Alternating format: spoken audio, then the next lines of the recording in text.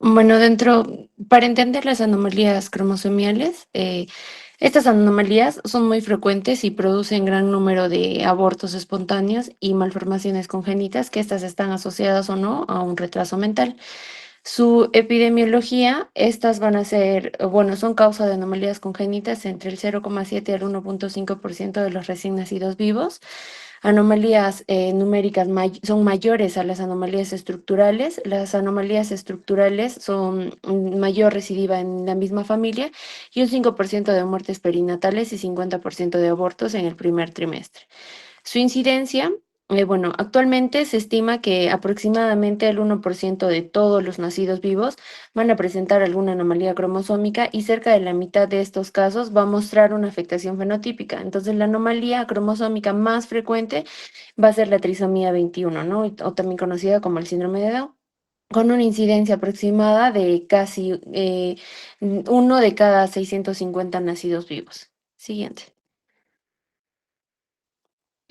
Los componentes del cromosoma tienen dos cromátides, un centrómero, un brazo P, un brazo Q y dos telómeros, ¿no? Tenemos 23 pares de cromosomas, que serían 46 cromosomas en total.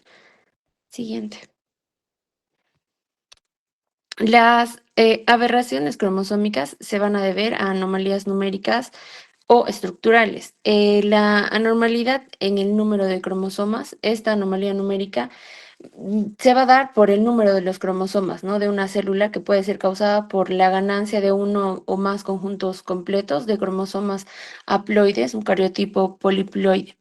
Y la anomalía de la estructura cromosómica, las anomalías cromosómicas estructurales van a comprender estos cambios que se deben a una o más roturas del cromosoma, ¿no? Después de una rotura, va a ser probable que los fragmentos que estén separados vayan a participar en el reordenamiento de cromosómicos.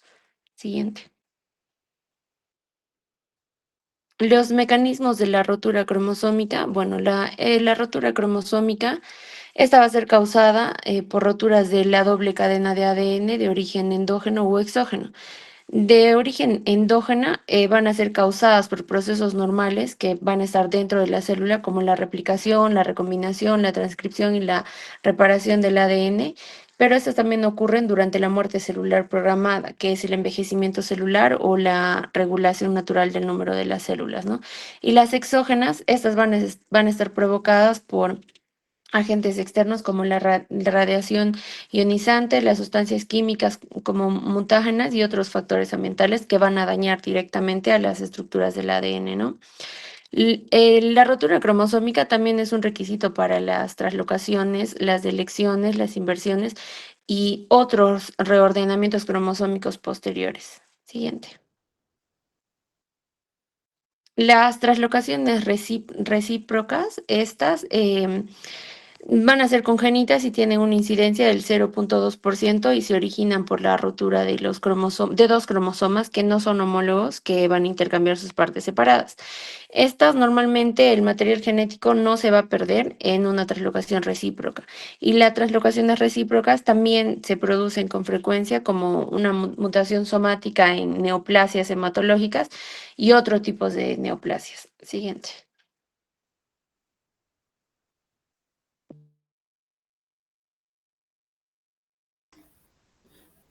Para continuar con las translocaciones robertsonianas, ¿no? Soy yo el Jalisto Condorido. Vamos a ver que este es un tipo de translocación cromosómica que va a ocurrir cuando dos cromosomas acrocéntricos se van a fusionar, formando lo que es un solo cromosoma, ¿no? Entonces, esas translocaciones van a involucrar lo que son cromosomas acrocéntricos, que van a tener brazos P cortos, como son lo que son el 13, el 14, el 15, el 21 y el 22. Y estas pueden perderse en la translocación de los brazos largos, ¿no? Lo que va a dar como resultado un cariotipo equilibrado con 45 cromosomas en lugar de que tengan 46 cromosomas, ¿no? Los gametos que vamos a ver acá, eh, los gametos desequilibrados que los portadores heterocigóticos van a ser comunes, ¿no? Y van a dar lugar a un feto monosómico o trisómico, ¿no? Y la mayoría de las alteraciones cromosómicas numéricas, como son las monosomías y las trasomías, van a ser incompatibles con la vida, ¿no? Y suelen causar lo que son abortos espontáneos al inicio del embarazo, ¿no? En primer trimestre, por ejemplo.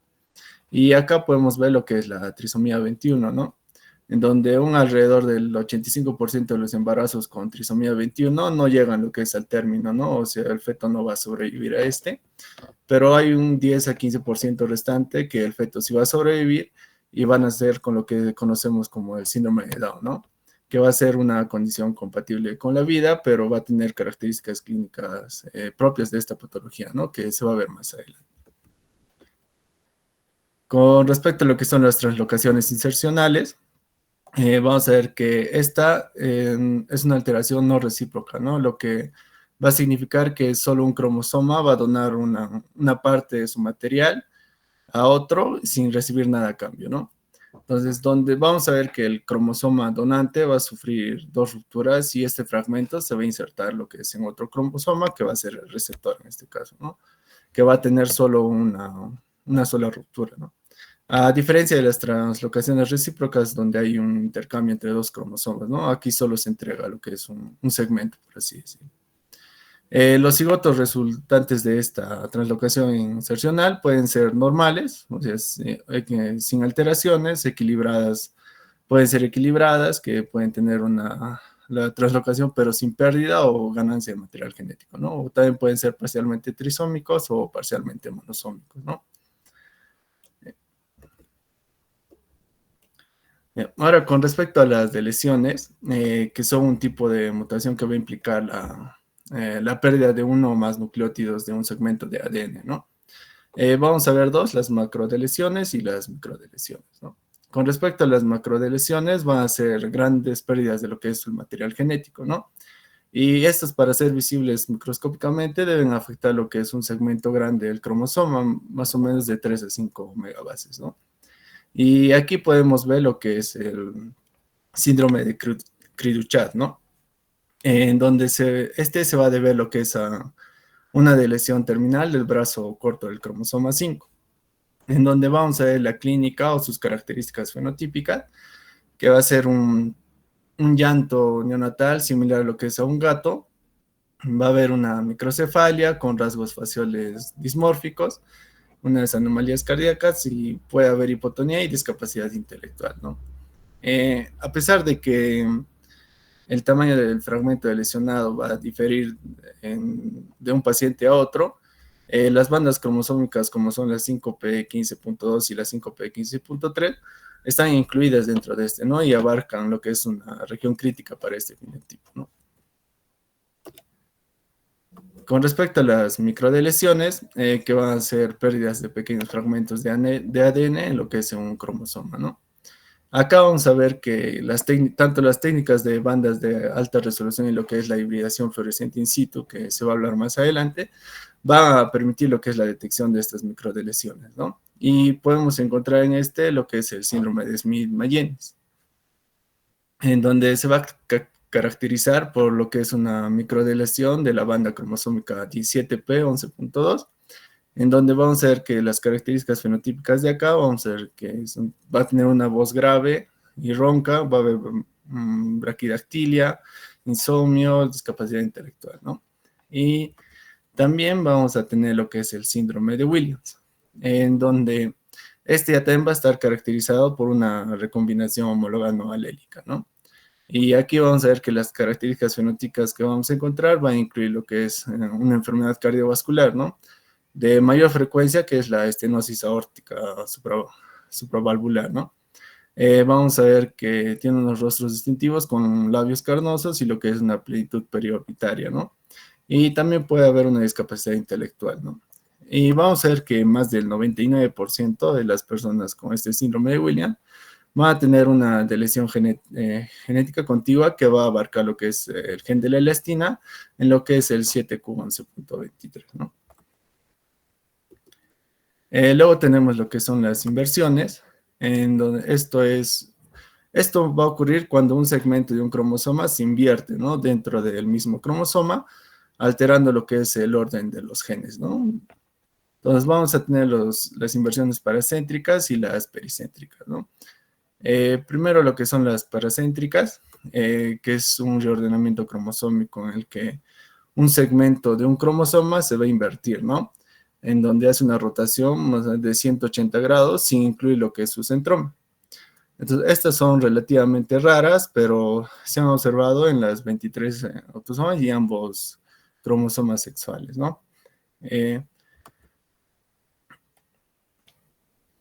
estas inversiones no suelen causar lo que son anomalías visibles, ¿no? O las características fenotípicas, ¿no? En los hijos de la persona que va a aportar estas inversiones, ¿no? Sin embargo, puede afectar lo que es la fertilidad de la persona o incluso puede causar abortos espontáneos repetidos, ¿no? Y el riesgo de un niño que se vea afectado suele ser muy pequeño, ¿no? Debido a estos tres mecanismos, ¿no? Que es el cromosoma transmitido va a ser normal, el cromosoma transmitido está invertido, pero es compatible con la vida, como lo que es en el progenitor, ¿no? Y también después de la recombinación en la región invertida, el cromosoma transmitido se vuelve lo que es acéntrico o dístrico, ¿no? Y las inversiones pericéntricas que va a cambiar lo que es el patrón de las bandas del cromosoma afectado y también puede afectar lo que es la posición del centrómero, ¿no? Entonces, en las inversiones pericéntricas más grandes se van a asociar con un mayor riesgo de lo que son anomalías fenotípicas, ¿no? Porque los segmentos duplicados o eliminados van a ser más pequeños y más probablemente compatibles con lo que es la vida, ¿no? Entonces se encuentra en solo lo que es el 2% de las alteraciones cromosómicas observadas, lo que son en cánceres, con una o múltiples anomalías cromosómicas. Doctora Miss Medina, Brace. Continuando, vamos a hablar sobre las anomalías numéricas, que van a ser las aneuploidías, que estas van a afectar en el número de cromosomas, ¿no? Y entre las más comunes vamos a tener el de 45X o el síndrome de Turner, que se va a presentar Un en uno. ratito, un ratito, ¿podrías prender tu cámara? No te veo. Está prendido, doctorita, mi cámara.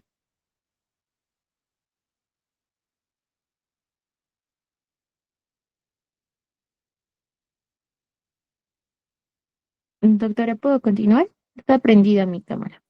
Continúa, continúa. Sí. Ya estoy. Entonces, entre los más comunes van a ser el 45X o el síndrome de Turner, se va a presentar en uno en 2500, y el 47XXY, que es el síndrome de Klinefelter, que se va a presentar uno en 500 a uno en 1000, ¿no? Y el síndrome de 47XYY se va a presentar de uno en 850 a uno en 3000. Y el síndrome de 47XXX es uno en 1000, ¿no? Bueno, en las formas de mosaicismo vamos a tener el 45X, 46XX y la variante que sería 45X y 46XY, ¿no? Siguiente, por favor. Bueno, vamos a tener la monosomía X o el síndrome 45X o el síndrome de Turner, que esta se va a dar por una pérdida total o parcial de un cromosoma sexual, ¿no? En este caso, puede ser el cromosoma X o el cromosoma Y. Van a tener características como anomalías cardíacas, que puede presentar coartación de la aorta, también puede presentar defectos en cavidades izquierdas del corazón. También puede tener problemas asociados como el otitis media recurrente, el cuarto metacarpiano corto. Dentro de los diagnósticos clínicos y sospechas van a ser los hallazgos característicos como son la talla baja, la pubertad retrasada, la implantación baja del cabello, también la implantación baja de las orejas. Y bueno, de la importancia del diagnóstico temprano, va a ser el tratamiento con lo que son las hormonas de crecimiento y el manejo de complicaciones cardiovasculares y endocrinas, ¿no? Y en este caso, también es importante o algo característico que se presenta, por ejemplo, es el linfedema en dorso de manos y pies. Y esta se podría decir que es la única característica clínica observada en recién nacidos, ¿no? Siguiente, por favor. Bueno, también vamos a hablar del síndrome de Klinefelter, el 47XXY, que va a ser una causa del cromosoma X adicional en varones. El fenotipo es testículos pequeños, estatura alta, infertilidad. También puede haber ginecomastia, los trastornos del neurodesarrollo, como puede ser autismo, dificultades sociales. Y para el diagnóstico usualmente es el postpuberal durante estudios por infertilidad. Y bueno, en este caso se recomienda la evaluación del neurodesarrollo y la derivación endocrinológica, ¿no? Siguiente, por favor. También, ay,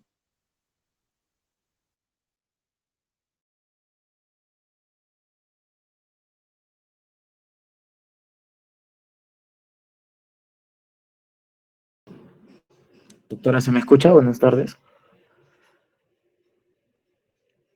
Perfecto. Doctor, voy a hablar por el micrófono de mi celular y la cámara de mi compu, por favor, porque no tengo micrófono en la computadora. Ok. Ya, buenas tardes, doctora, buenas tardes, compañeros. Continuando con la exposición, vamos a hablar del síndrome XYY. En este caso, los varones tienen un cromosoma Y adicional, son fenotípicamente normales y suelen tener una altura alta. En general, tienen una pubertad y fertilidad normales, debido a que no presentan signos físicos llamativos, ¿no? Muchos no son diagnosticados en toda su vida y, sin embargo, algunos pueden tener retrasos leves del desarrollo del lenguaje, mayor riesgo de TDAH, trastornos del espectro autista, problemas conductuales leves. Y en adultos hay una leve asociación con enfermedades como osteoporosis o una enfermedad pulmonar. Siguiente, por favor. En cuanto al síndrome de triple X, el 47XXX, este va a afectar solo a mujeres que tienen un cromosoma X extra. Muchas veces se descubre por casualidad en estudios genéticos. Suelen ser más altas de lo normal, aunque físicamente pueden ser normales. La pubertad y la fertilidad suelen ser normales, aunque algunas mujeres pueden tener menopausia precoz. También se ha descrito una mayor frecuencia de dificultades cognitivas leves, especialmente en el área verbal, y una mayor incidencia de trastornos psiquiátricos como la ciclotomía o trastornos psicóticos. Otras aneuploidías raras, vamos a tener como la 49XXXY, que en varones va a causar un retraso intelectual severo, rasgos faciales típicos o problemas cardíacos y genitales pequeños. El otro es el 49XXXX. En mujeres se parece al síndrome de Down por sus características físicas y mentales. En general, cuando más cromosomas sexuales adicionales haya, más severas van a ser las manifestaciones. Y también el coeficiente intelectual va a disminuir unos 10 puntos por cada X adicional. Siguiente, por favor. En cuanto a los mosaicismos, el mosaicismo va a ocurrir cuando no todas las células tienen el mismo cariotipo, ¿no? Por ejemplo, en el 45X46XX, esta va a ser una forma leve del síndrome de Turner. Algunas pacientes incluso tienen problemas en la pubertad espontánea y fertilidad. En cuanto al 45X o al 46XY, estos pueden tener una presentación muy variable, desde una mujer con síndrome de Turner hasta genitales ambiguos o un varón con características femeninas, ¿no? En los casos detectados en ecografía prenatal, es clave que hacer un estudio detallado de los genitales externos, y a veces los varones fenotípicamente normales no se detectan si no se estudian, ¿no? Siguiente, por favor. En cuanto a anomalías estructurales de los cromosomas sexuales, vamos a hablar del isocroma XQ. Isocromosoma o va a ocurrir cuando en vez de tener un brazo corto y uno largo, el cromosoma tiene dos brazos iguales.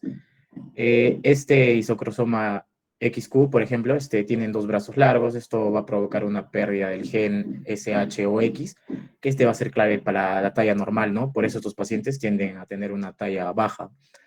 Este isocromosoma se ve tanto en el síndrome de Turner como en variantes del Klinefelter.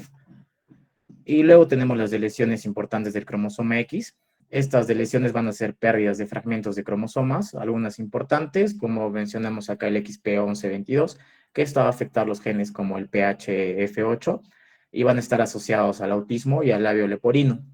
El otro es el XP2211, que también va a estar vinculado al autismo y a la discapacidad intelectual. Siguiente, por favor.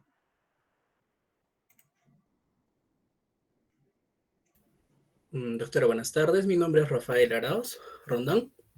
Voy a continuar con la exposición. En cuanto a la deleción del XP22.3, en este caso se va a relacionar con lo que sería el síndrome de la microftalmia y de defectos cutáneos lineales, ¿no? En este caso va a ser un trastorno que va a ser dominante, ligado al cromosoma X, y va a ser letal en varones, por lo tanto solo se va a observar en mujeres. También se tiene que tener presente que el gen HCCS, que es el holocitocromo C sintetasa, en este caso, si este gen está mutado, puede causar incluso el mismo síndrome de microftalmia y los defectos cutáneos, ¿no? Sin la necesidad de que exista una deleción como tal.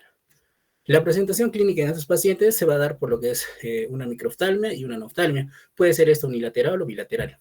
En cuanto a los defectos cutáneos lineales, se van a presentar en cara y cuello y estos van a cicatrizar a medida que pase el tiempo, ¿no? Puede presentar anomalías cerebrales, retraso en el desarrollo, puede presentar incluso convulsiones.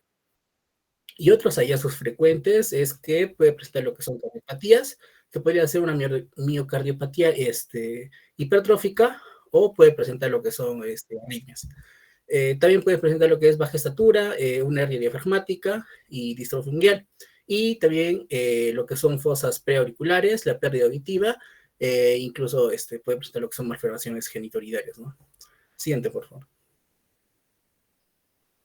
En cuanto a las lesiones del XP22, bueno, en este caso el SHOX, en este caso, las enfermedades que se van a asociar a esta puede ser la talla baja de carácter idiopático, causado en sí por la deleción del gen SHOX, ¿no? Sin que presente otros signos esqueléticos como tal.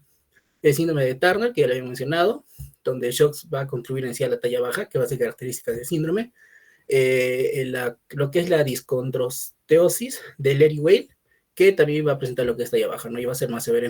O sea, en general va a presentar, este va a ser el carácter que va a dar para que el paciente como tal no tenga una talla baja en sí, ¿no?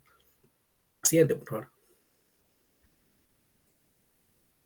En cuanto a las duplicaciones del cromosoma X, en este caso, en la microduplicación del XP1122, el gen principal en este caso implicado va a ser el HWE1, que es la E3 ubiquitina ligasa, que en este caso guarda relación con lo que sería la discapacidad intelectual, ¿no? En este caso, pues, es leve y no va a ser sindrómico en varones. Las manifestaciones clínicas posibles va a ser la discapacidad actual, la discapacidad intelectual, perdón, el retraso del habla, con o sin disartria, lo que sería el trastorno por déficit de atención con hiperactividad, y también lo que sería pubertad precoz, estreñimiento y el retraso motor. En la duplicación del XP2122, aquí el gen implicado es el NR0B1, conocido también como el DAX1 o el productor del DAX1 como tal, y en principio actúa como un factor antitesticular y antagonista del gen SRI, que es el factor determinante del sexo masculino. La manifestación clínica que va a presentar los pacientes, en este caso, es la inversión sexual, dependiendo de la dosis del DAX1, ¿no? En individuos con cromosomas XY, en este caso van a desarrollar lo que son características femeninas en sí, ¿no? Y pueden presentar lo que son gónadas disgenéticas. Siguiente, por favor. En la duplicación del XP22.31, el gen implicado es el STS, que es el esteroide sulfatasa, y comúnmente va a estar asociado a lo que sería la ictiosis ligada al X, ¿no? Cuando va a estar eliminado o con la deleción en sí. Es frecuente en la población, pero también se presenta en pacientes, pero también se va a presentar en personas sanas. O sea, su clínica en sí va a ser un poco más controversial, ¿no? Se puede reportar, o sea, en sí se ha reportado lo que es la discapacidad intelectual en los pacientes, y también se ha encontrado en familiares sanos, ¿no? En general, ¿no? O en la población en general. Y es por eso que o sea, tiene una complicación en cuanto a la interpretación clínica. En la microduplicación del XQ263, aquí el gen implicado es el GPR101, que es el receptor acoplado a la proteína G101. Las características clínicas que va a presentar, en principio, es que tiene un inicio temprano de la enfermedad, generalmente antes de los 5 años, y va a presentar lo que es una sobreexpresión del receptor GPR101, ¿no? En lo que serían lesiones hipoficiales en los pacientes. Y en adultos se ha identificado lo que son variantes patogénicas que van a guardar relación con la acromegalia, ¿no? Ya, en la edad adulta, obviamente. Siguiente, por favor. En cuanto a la microduplicación del Q262. Los genes implicados son el GPC3 y el GPC4, que son glipicanos. Los efectos clínicos en sí, que de las duplicaciones que va a presentar, es que puede causar lo que es un crecimiento insuficiente y lo que sería microcefalia.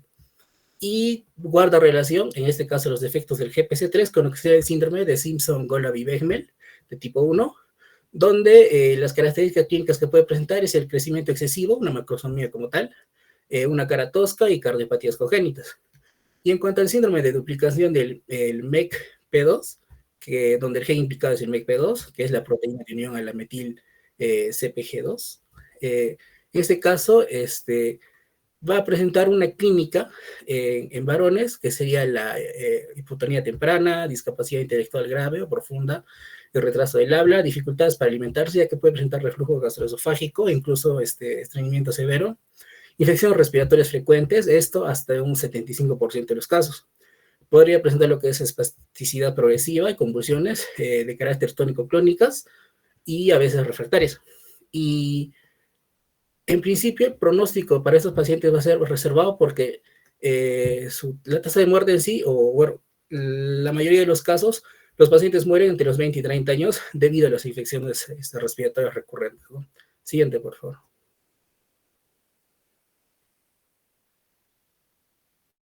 Doctora, buenas tardes. Doctora, ¿me escucha y me ve? Perfecto, Bien, Paul. bien, doctora, gracias. Vamos a continuar con lo que es la exposición. Mi nombre es Pablo César Ortiz. Dentro de la exposición vamos a hablar de lo que viene a ser este enfoque de evaluación de anomalías cromosomiales. Es importante enfatizar lo que viene a ser la anamnesis prenatal, y el UpToDate también nos enfatiza esto, ya que dentro de esta anamnesis prenatal vamos a encontrar lo que viene a ser los antecedentes médicos y obstétricos, lo que viene a ser la duración de la gestación y la atención prenatal y las expediciones maternas, que voy a detallar. Dentro de los antecedentes médicos y obstétricos se menciona que es importante tener lo que viene a ser los antecedentes de abortos espontáneos y los de los mortinatos, que estos pueden estar relacionados a alteraciones cromosomiales.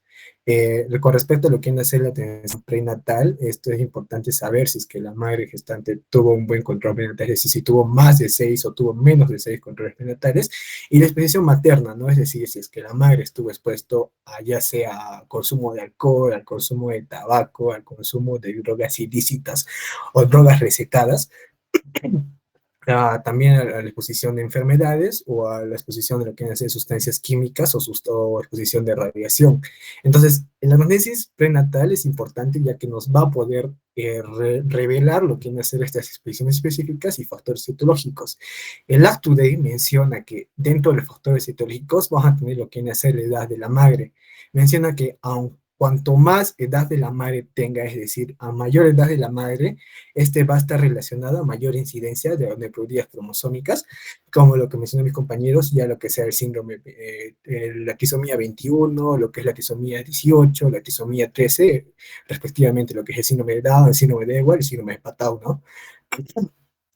Y por otro lado, se menciona que la edad, bueno, algunos autores mencionan que mayor de 35 años de la edad materna puede estar relacionada a estas alteraciones cromosomiales, y que la diferencia de los padres, es decir, tanto de la madre y del padre, sea una diferencia de al menos 10 años. También nos menciona que el UpToDate, que si es que el padre va a tener una mayor edad, va a estar relacionado a alteraciones de lo que viene a ser autosómicas dominantes. Y si es que hay un aspecto de consanguinidad que es importante preguntar, va a estar relacionado a lo que viene a ser alteraciones autosómicas recesivas. Y sobre todo enfatizar, ¿no?, lo que estaba mencionando, que a mayor edad materna va a haber mayor incidencia de aneuploidías cromosómicas, ¿no? Siguiente. Ahora lo que es el examen físico como tal. Dentro del examen físico, es importante realizar el examen físico detallado, ya que al hacer el examen físico vamos a obtener estas manifestaciones que van a ser groseras y van a ser fácilmente a detectar a la observación. Dentro de esto es importante realizar lo que vienen a ser las mediciones estructurales del cráneo faciales, lo que vienen a ser las mediciones de la longitud de la oreja, la medición de la distancia de los cantos internos, la medición de los canales externos, la medición de la distancia interpupilar de los cantos, de la cavidad orbitaria, la medición también de lo que viene a ser los pliegues o el surco nasolabial, también la medición de lo que viene a ser de las manos, de lo que vienen a ser los dedos, los pies de las manos y de los pies, ¿no? Entonces, dentro de lo que viene a ser este perfil plano facial, como vemos, en lo que es la trisomía 21, también conocido como lo que es el síndrome de Down, se va a presentar esta hipoplasia del tercio medio facial, que va a hacer que la cara tenga un aspecto aplanado, ¿no? Como se ve en la imagen. Siguiente. Respecto a lo que vienen a ser los ojos, vamos a tener lo que viene a ser, como les mencioné, es importante medir lo que viene a ser la distancia interpupilar, la distancia de la cavidad orbitaria, la distancia de los cantos, si es que se tiene un epicanto o no. En el caso de lo que viene a ser la trisomía 13, que es el síndrome de Patau, se va a presentar lo que viene a ser el hipoterorismo, que este vendría a ser que la distancia de lo que viene a ser la cavidad orbitaria va a estar reducida, es decir, que esas orbitales superiores van a estar más cerca, con lo que es el síndrome, como con lo que se ve en lo que es el síndrome de Patau. Por otro lado, en lo que es el síndrome de Down, la trisomía 21, este se va a presentar lo que es la exotropia y lo que viene a ser el epicanto, ¿no? Que es este pliegue por encima de lo que viene a ser el canto, de los como vemos en la cavidad auditoria. Esta exotropia lo que va a hacer es que va a haber una alteración oculomotor que va a estar caracterizado porque va a haber una desviación ocular, del eje ocular hacia afuera, ¿no? Como se ve en la imagen. Siguiente. Con respecto a los oídos, es importante ver la forma y la rotación de este, ya que puede haber una normalidad de este, y también puede haber una implantación baja, que puede ser característico de lo que es la trisomía 18, lo que es el síndrome de Edwards, y también algunas menciones que puede estar presente en lo que es el síndrome de Down.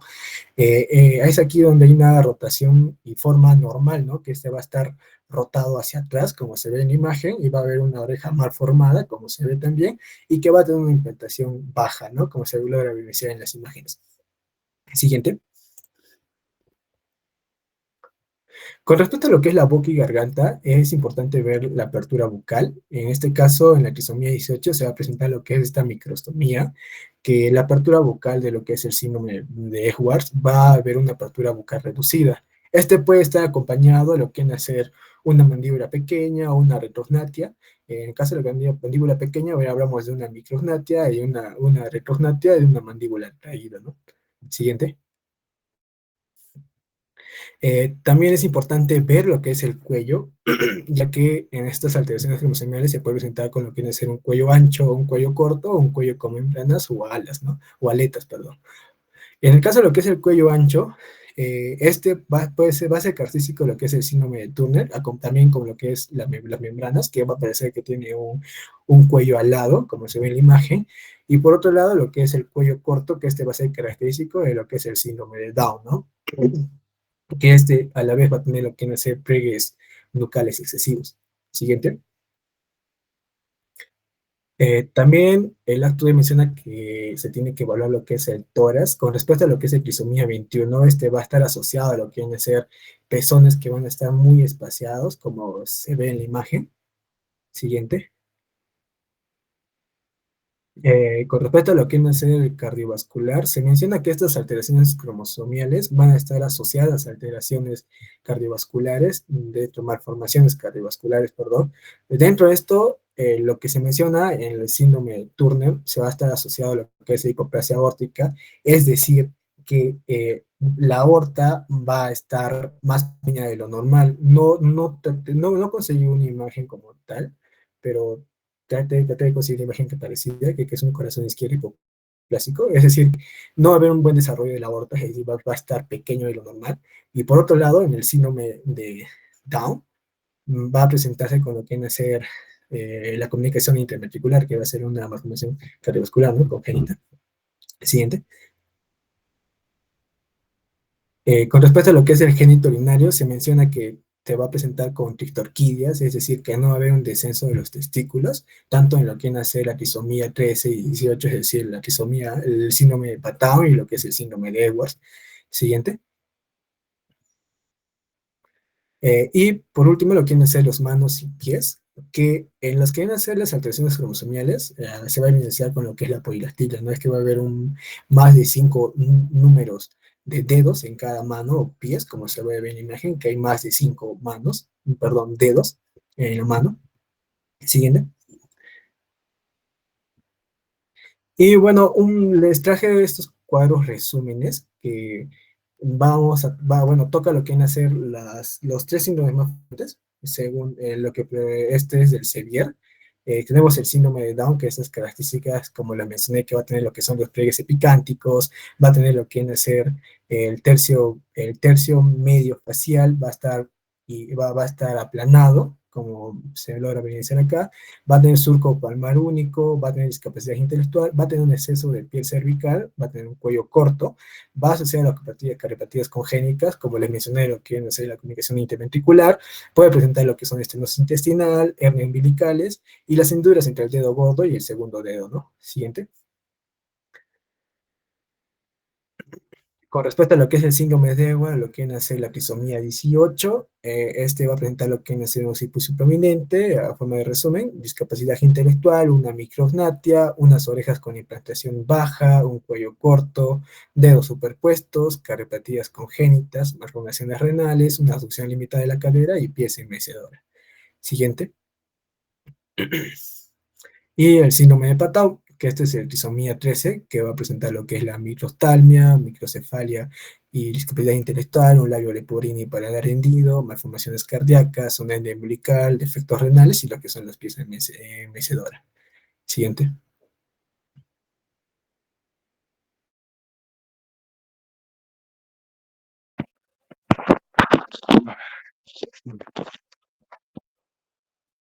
Mm, Doctora, buenas tardes, compañeros, buenas tardes, doctora, ¿se me logra ver? Perdón, a ver, ¿se me logra ver? Sí, sí, sí, sí. Perfecto. Ya, doctora, a ver, perfecto, ya.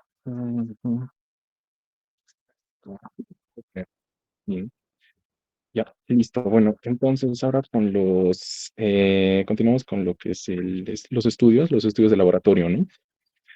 Bueno, esto es un tema bastante amplio, pero bueno, lo he tratado de resumir, ¿no? De esta forma. Primero, vamos a ver con las pruebas citogenéticas, ¿no? Estas van a analizar los cromosomas para detectar anomalías estructurales. Se realiza en los linfocitos T, tanto de la sangre, la médula ósea y el líquido amniótico. Se utiliza técnicas de tinción justamente para identificar estas cromosomas y sus estructuras, ¿no? La primera técnica que se tiene dentro de estas pruebas citogenéticas es el FISH, ¿no? O la hibridación fluorescente in situ. Exactamente lo que hace es visualizar anomalías específicas, ya sean inserciones, translocaciones, eliminaciones, perdón. Esto va a ser útiles en lo que es el diagnóstico como es el síndrome de George o en la leucemia mielógena crónica, ¿no? Como vemos en las imágenes, primero la de la derecha, las imágenes rosada, con fondo rosa, vemos al embrión sano, ¿no? Con sus cromosomas.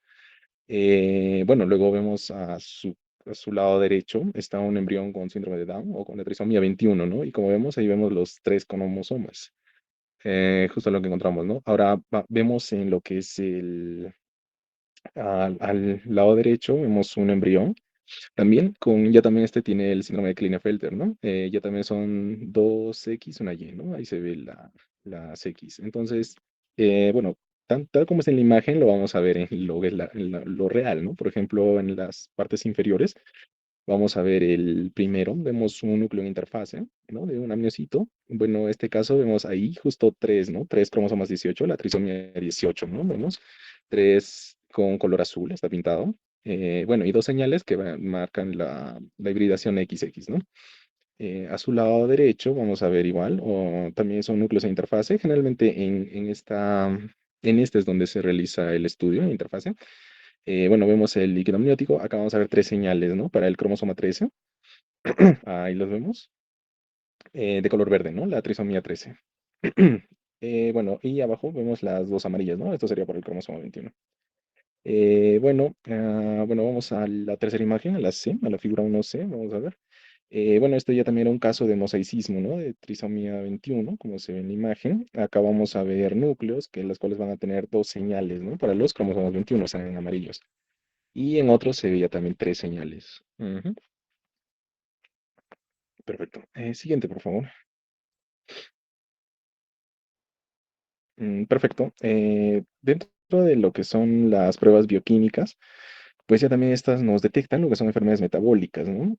Puede ser hereditarias. Estas no analizan directamente el ADN, como en el anterior caso, pero van a analizar lo que es la proteína, las proteínas y su actividad, ¿no? Aquí, ¿qué es lo que va a evaluar estas pruebas? Vemos la actividad enzimática y la cantidad o el tamaño de las proteínas. En este caso, las muestras o dónde es que se realiza es en pruebas de sangre, orina, líquido amniótico o líquido cefalorraquídeo. Eh, Algo de tomar en cuenta es que las proteínas son inestables, por lo tanto hay que tener mucho cuidado, ¿no? Con el manejo de las muestras. Esta tiene que ser rápido y cuidadoso. Las técnicas que se utilizan dentro de estas es, por ejemplo, la cromatografía líquida de alta resolución, lo que es la cromatografía gaseosa, acoplada a espectrometría de masas. También tenemos la espectrometría de masas en tándem, la fluorometría, radioisotopía, entre otras. Siguiente, por favor.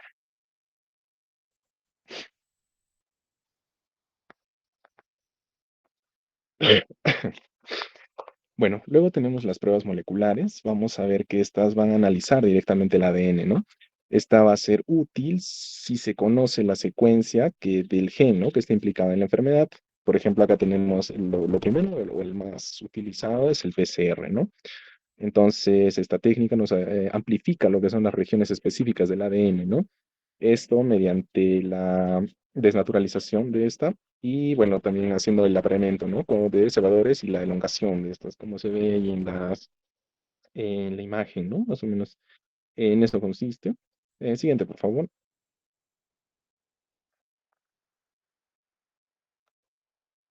Ya, listo. Justamente acá tenemos también lo que es la secuenciación e hibridación, ¿no?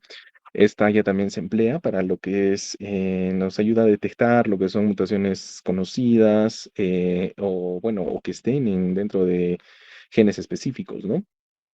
En caso de que haya una enfermedad que tiene múltiples mutaciones en el mismo gen, pues se va a comenzar por las más frecuentes y luego se va a hacer una secuenciación completa, ¿no? De las demás. Como se ve en la imagen, en este caso he encontrado, ¿no? Un gen que se hace la hibridación con sonda, ¿no? Como vemos ahí el gen, se hace la fragmentación, se hace la adición de adaptadores, se detecta la mutación y bueno, después se hace la secuenciación, ¿no? Es un poco difícil encontrar las imágenes específicas de esto.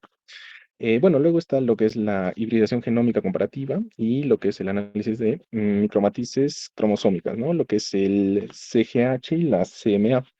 Estas nos ayudan a detectar pérdidas o ganancias de material genético, que las cuales no van a ser fácilmente reconocibles mediante lo que es la citogenética convencional, ¿no? Pero esta no es útil para, digamos, identificar translocaciones, ¿no? O inversiones. Ahí también vemos en qué consiste, ¿no? Vemos el ADN, problema, se hace, o sea, el ADN que esté alterado, y se compara, ¿no? Ahí vemos el ADN control, ¿no? Entonces, junto con esto vamos a ver dónde está exactamente, ¿no? Los problemas. Como vemos ahí, el primer caso es donde no hay variación. En la imagen, bueno, digo, en el lado más derecho vamos a ver duplicaciones de lesiones, exactamente, ¿no? Son los resultados que se nos ofrecen. Siguiente, por favor. Bueno, luego también están los estudios de imágenes, ¿no? Que son útiles para también detectar estas anomalías. Bueno, el más utilizado es la ecografía prenatal, ¿no? Vamos a ver, es la más utilizada para detectar signos indirectos y tempranos de lo que son las cromosomopatías, ¿no? Estas suelen realizarse de forma rutinaria y años en el primer y segundo trimestre de embarazo, sobre todo, ¿no? ¿Qué es lo que vemos acá? Acá lo importante es ver, ¿no? La translucencia nucal. Vamos a ver que esta va a estar aumentada, por ejemplo, en lo que es la trisomía 21, 18, ¿no? También nos va a ser útil la ecografía para ver otros tipos de malformaciones, ¿no? Que puedan estar asociadas a estos y nos pueden ayudar al diagnóstico, ¿no? De las cromosomopatías, por ejemplo, que son malformaciones cardíacas, cerebrales, entre otras. Entonces vemos en la primera imagen de la parte inferior, vemos una ecografía de 11 a 14 semanas, ¿no? La cual es normal, o sea, sería lo normal, ¿no? Ahí vemos el hueso nasal, como vemos ahí, y ahí vemos la translucencia nucal, ¿no? En la segunda flecha inferior vemos, ¿no? Lo cual es normal en la primera. En la segunda vamos a ver que igual es una imagen muy parecida, pero vemos que la translucencia nucal está más ampliado, ¿no? Está más dilatado, como vemos ahí. Entonces eso ya nos está orientando, ¿no? Algo patológico. De la misma forma también vemos en la otra ecografía, ¿no? En la siguiente imagen vemos, ¿no? También se logra ver el hueso nasal ahí y la translucencia nucal, ¿no? También está dilatada. Sí, siguiente, por favor.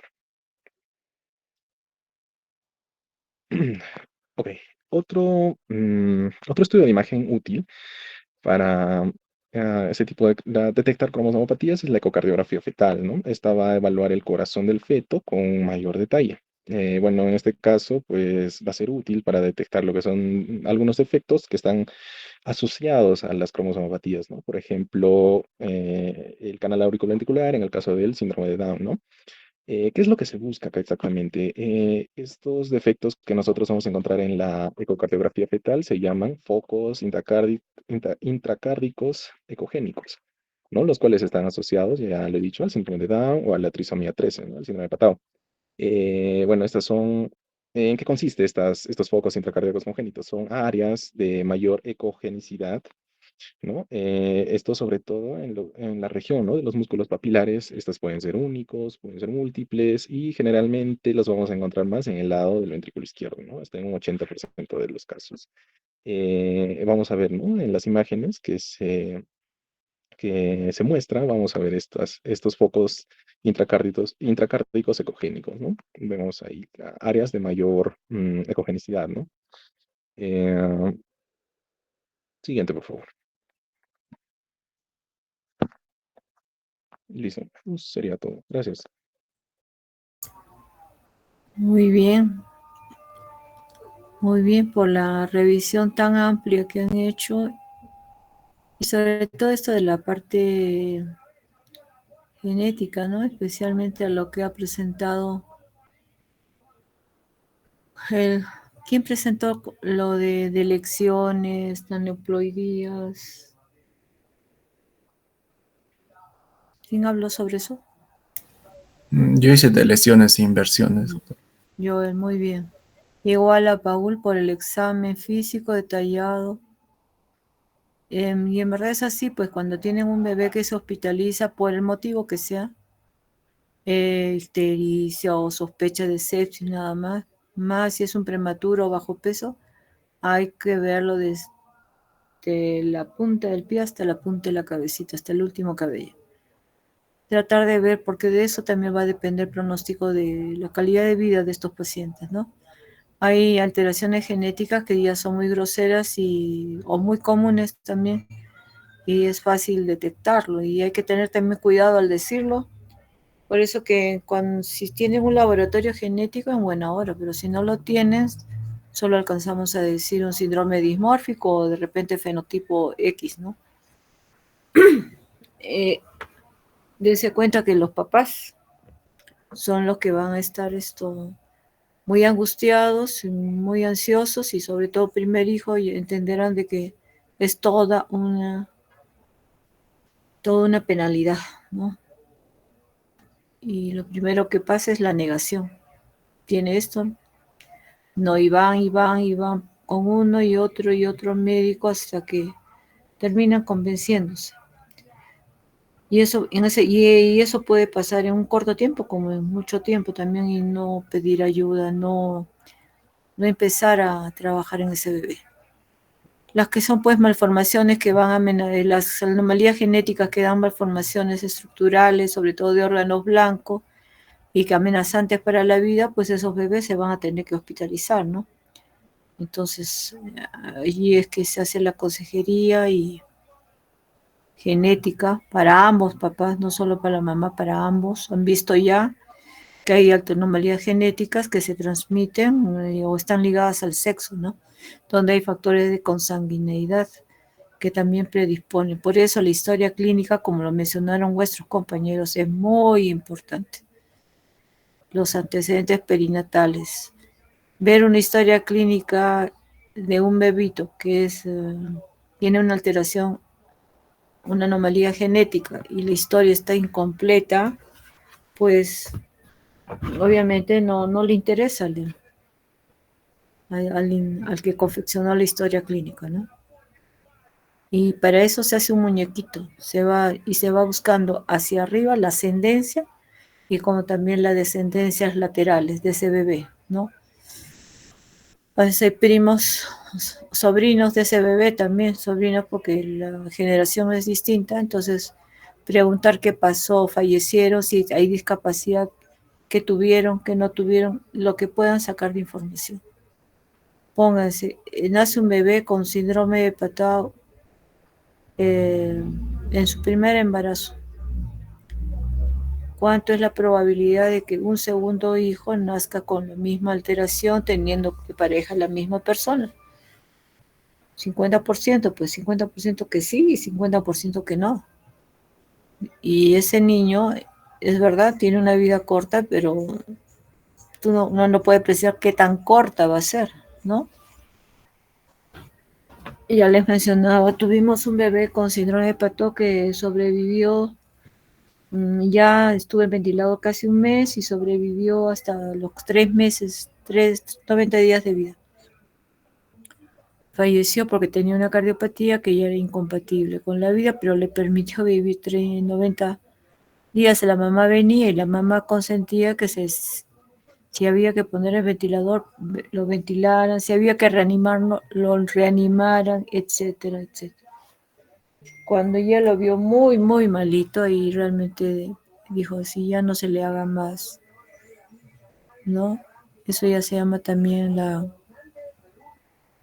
tiene un término médico, en ética médica, ahorita me acuerdo, pero es como que la medicina ya hace una canibalización con el pacientito. Ese término se da tanto para niños pequeños como para pacientes adultos mayores también. Muy bien con el grupo y ahora vamos a avanzar algo de ictericia. Voy a compartir.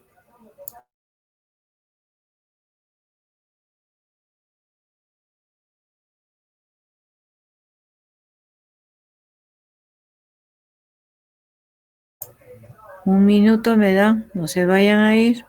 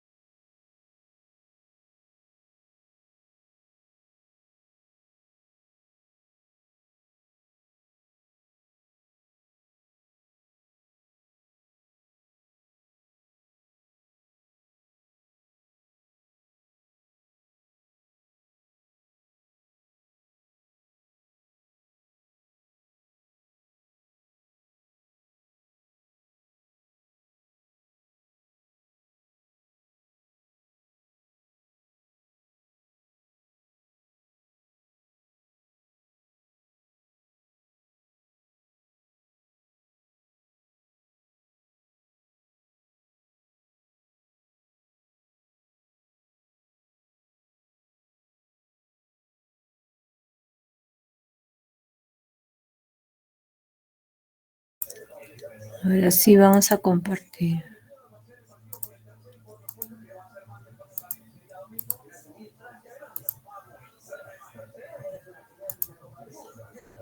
Por favor, me avisa si se ve mi pantalla.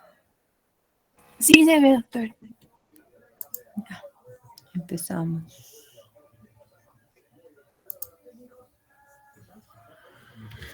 Ya, vamos a hablar sobre ictericia neonatal, sobre todo la parte que comprende la hiperbilirrubinemia no conjugada, ¿ya?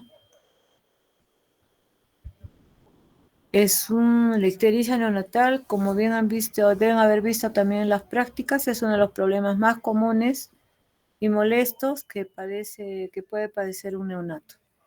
Hansen, en una elegante revisión histórica, la ictericia neonatal debió haber sido observada por los cuidadores desde hace muchos siglos, o sea, no es algo que recién se da a partir del siglo XX-XXI, no, desde hace años de años.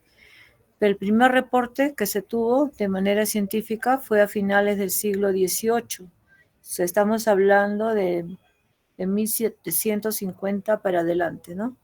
Cuando Baumer recibió un reconocimiento de la Universidad de París por su descripción de cómo era el curso clínico de esta condición en 10 lactantes, ya me entiéndase por lactantes esto recién nacidos, ¿no?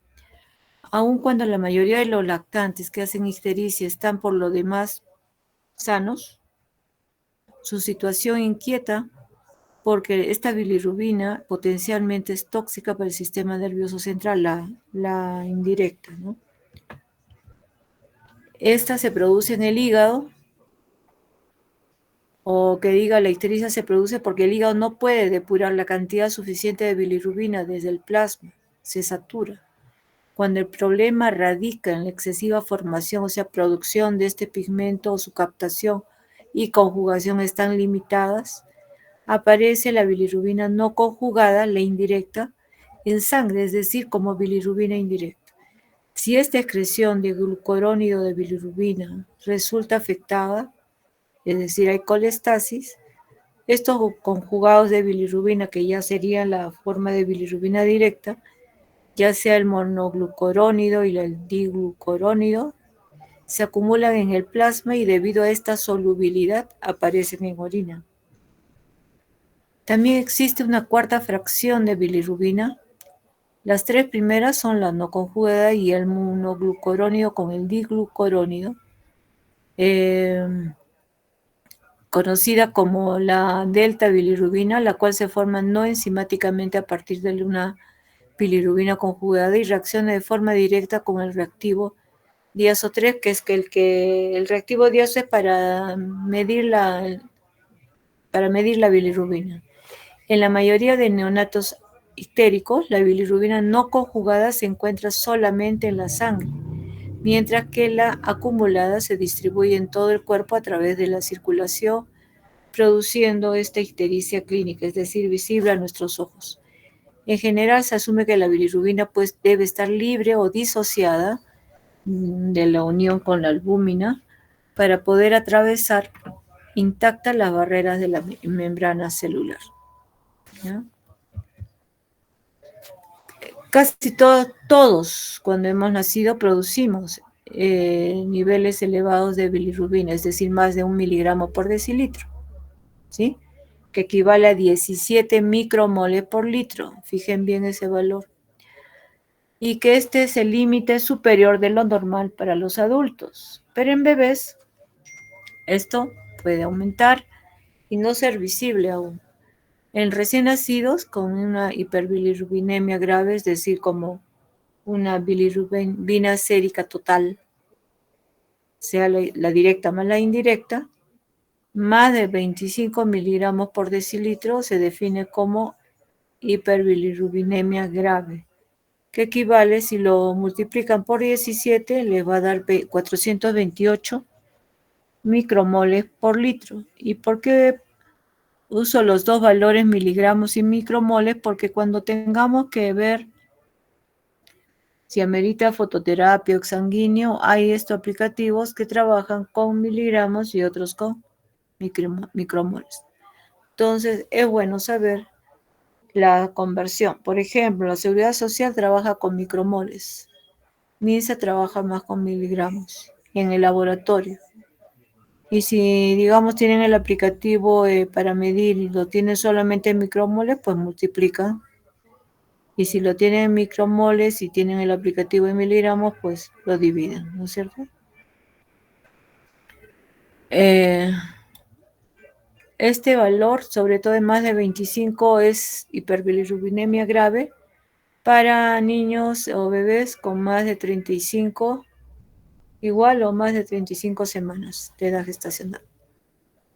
¿Y es peligroso? Claro que sí. Pueden desarrollar neurotoxicidad ocasionada por bilirrubina, porque le gusta.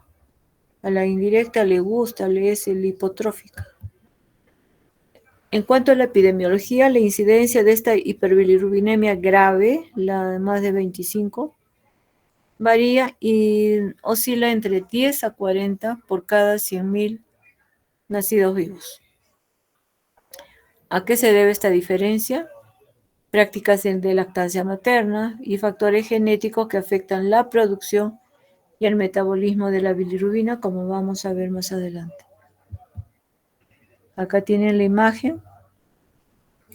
Acá está todo el sistema de retículo endotelial. Acá tenemos el catabolismo de los glóbulos rojos caducos, es decir, viejitos o ya por fallecer, ¿no? ¿Cuánto es el ciclo de vida de un hematía? Ustedes ya han llevado medicina interna, hematología. A ver, ¿quién alzó? Paulo César. ¿Cuánto? 120 días, doctora. En el adulto, en el recién nacido. 90 días, doctora. ¿Cuánto? 90. Exacto, ¿ya? Tiene un recambio de producción de los glóbulos rojos en los recién nacidos es más acelerado.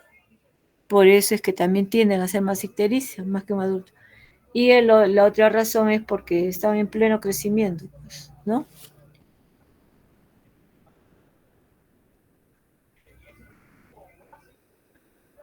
Y acá tenemos muy bien, Paulo y May, ¿no? Voy a apuntar.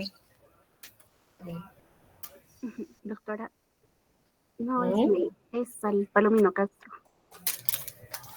¿Quién habló? Palomino Castro, doctorita. Alesa. Sí, doctora. ¿Por qué dije?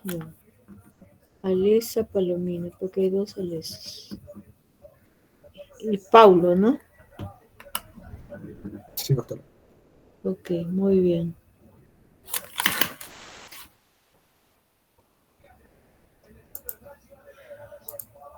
Entonces, miren, la bilirrubina es el producto final, ¿no? Del catabolismo del hemo, del núcleo hemo, o de la protoporfirina del hierro, de los cuales la principal fuente es la hemoglobina circulante, por lo general de los glóbulos rojos que ya están por fenecer, ¿sí?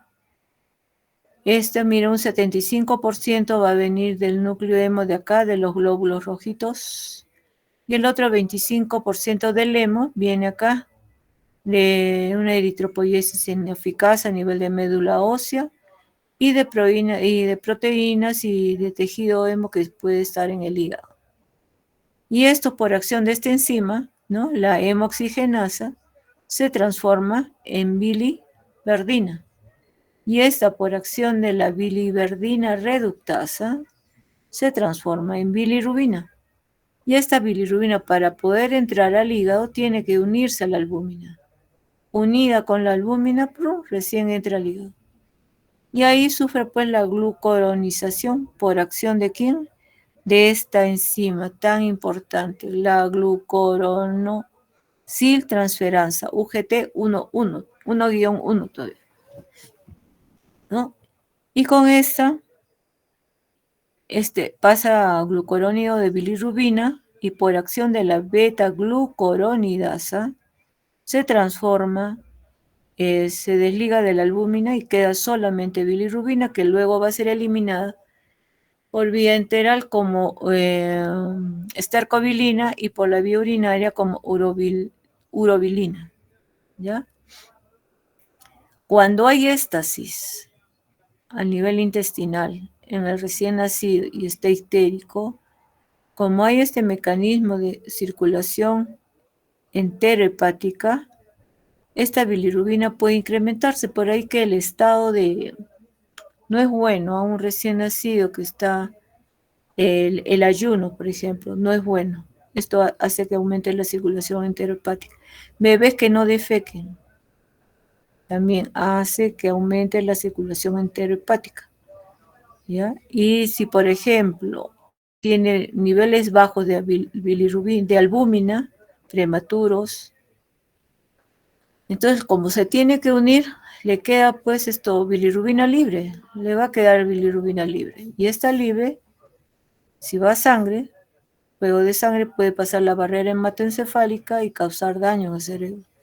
Entonces por eso que ahora, como vamos a ver, un indicador importante también es qué porcentaje de bilirrubina, de albúmina tienen los bebés que están con ictericia neonatal.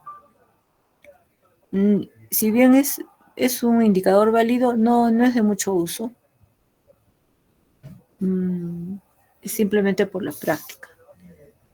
No lo usan y punto, pero sí ayuda bastante, sobre todo en pacientitos críticos. La bilirrubina, pues, es el producto final de todo este proceso que les cuento.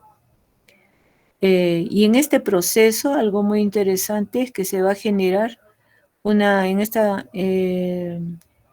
se elimina monóxido de carbono, ¿no? Y ese monóxido de carbono se va a eliminar a través de la vía respiratoria. Todas estas son las causas que pueden ocasionarnos la hiperbilirrubinemia. Una sobreproducción, enfermedades hemolíticas, por RH, ABO y del subgrupo tipo Kell y Duffy.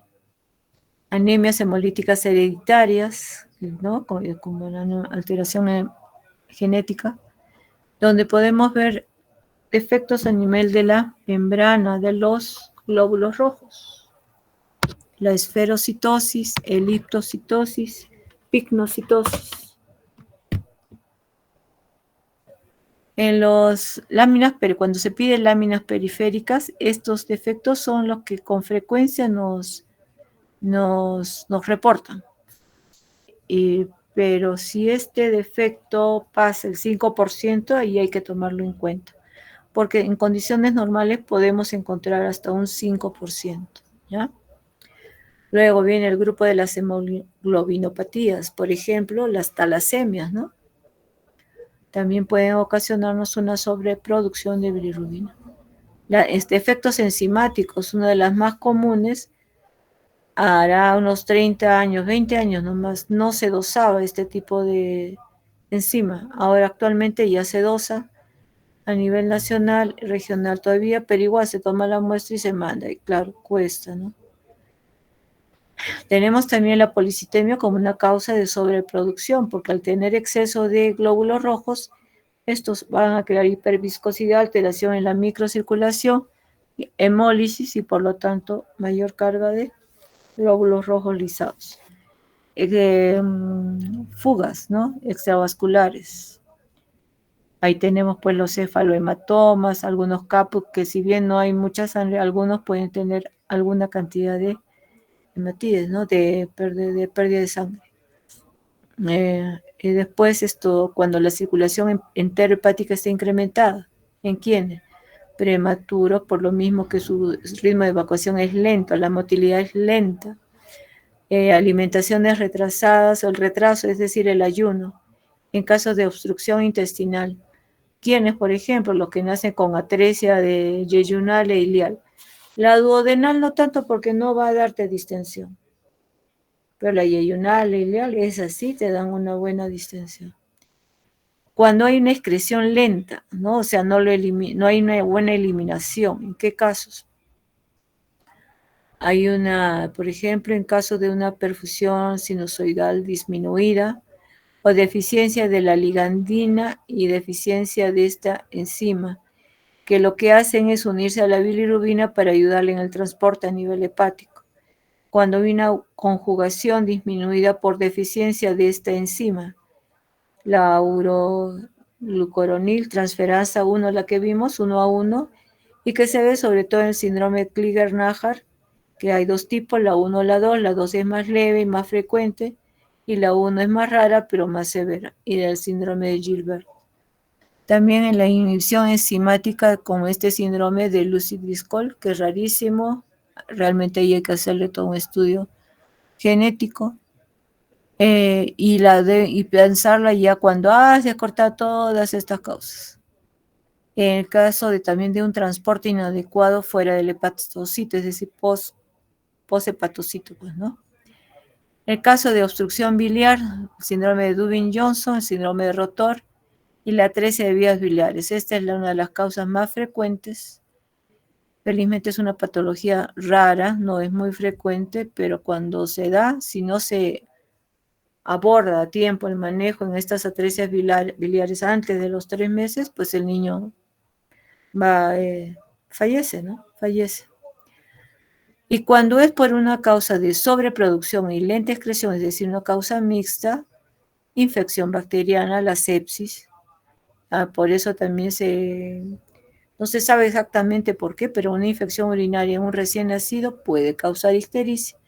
Y tendría que ver estos dos factores, por sobreproducción o en excreción lenta, ¿no? Y también las infecciones intrauterinas congénitas. Estamos hablando ahí del TORCH, especialmente el citomegalovirus.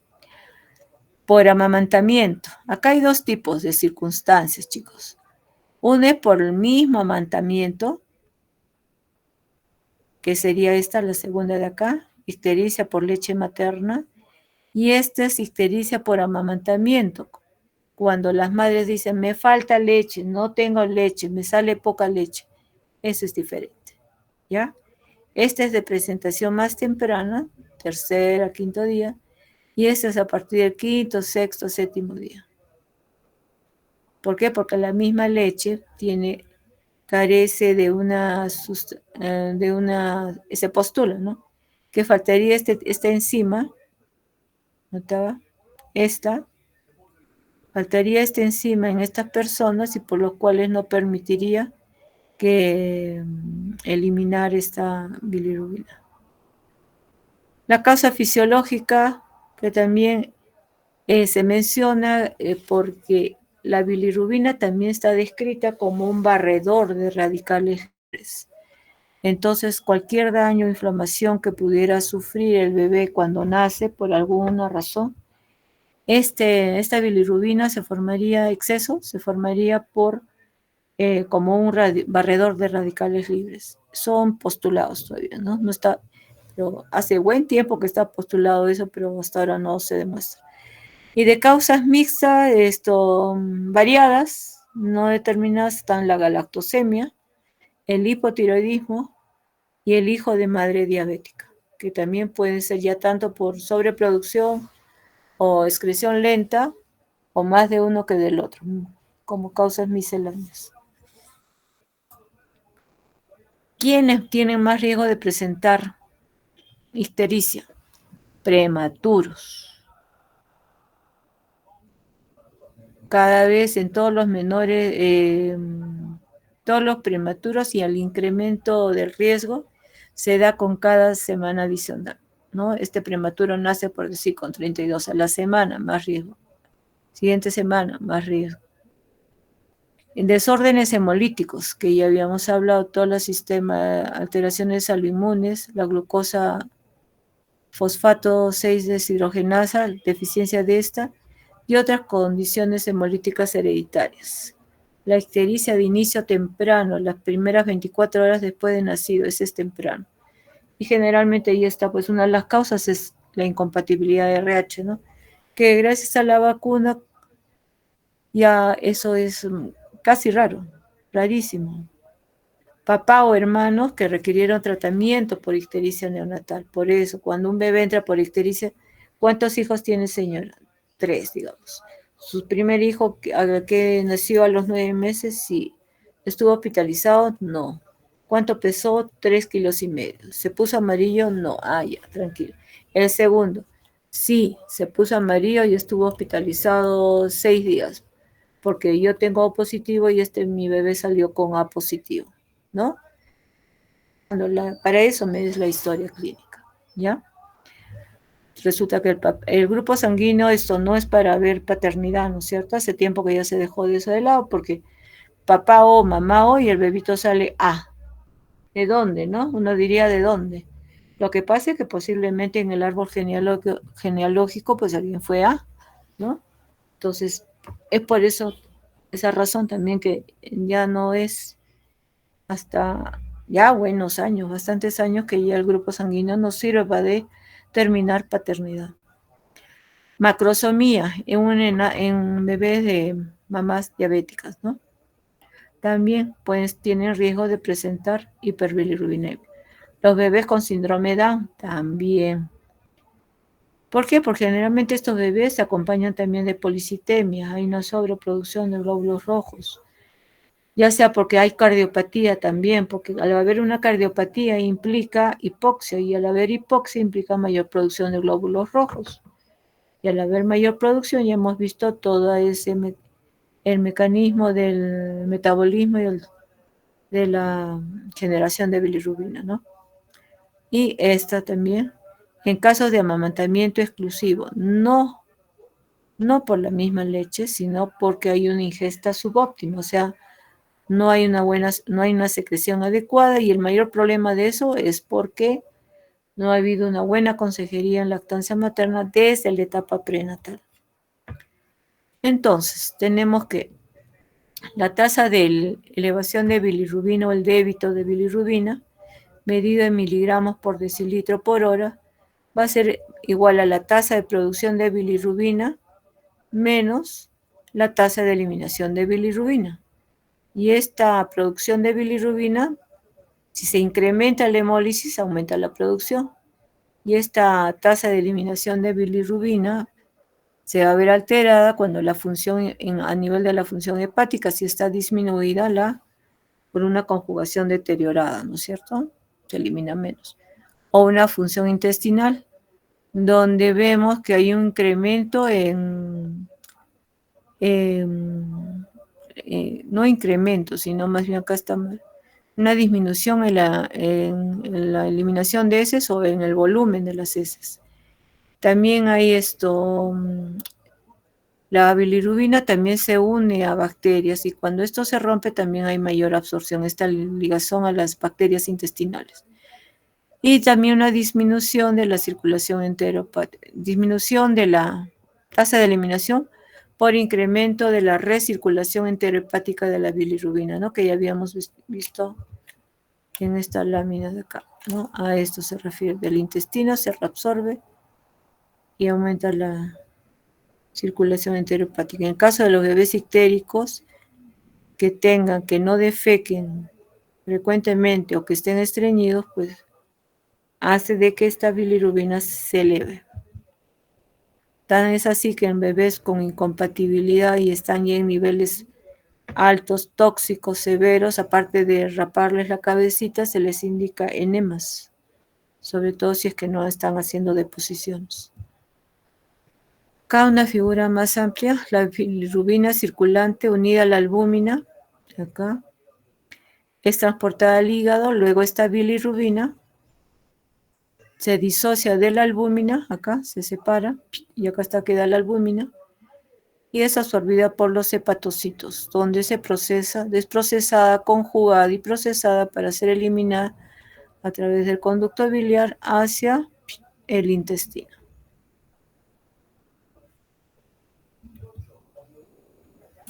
En estos hepatocitos, la enzima difosfoglucoronil transferasa, acuérdense bien de esa enzima, cataliza esta conjugación de la bilirrubina con ácido glucurónico, produciendo esos dos ácidos diglucurónidos, ¿no? El mono y el diglucurónido de bilirrubina, y en el menor grado es el mono glucurónido de bilirrubina.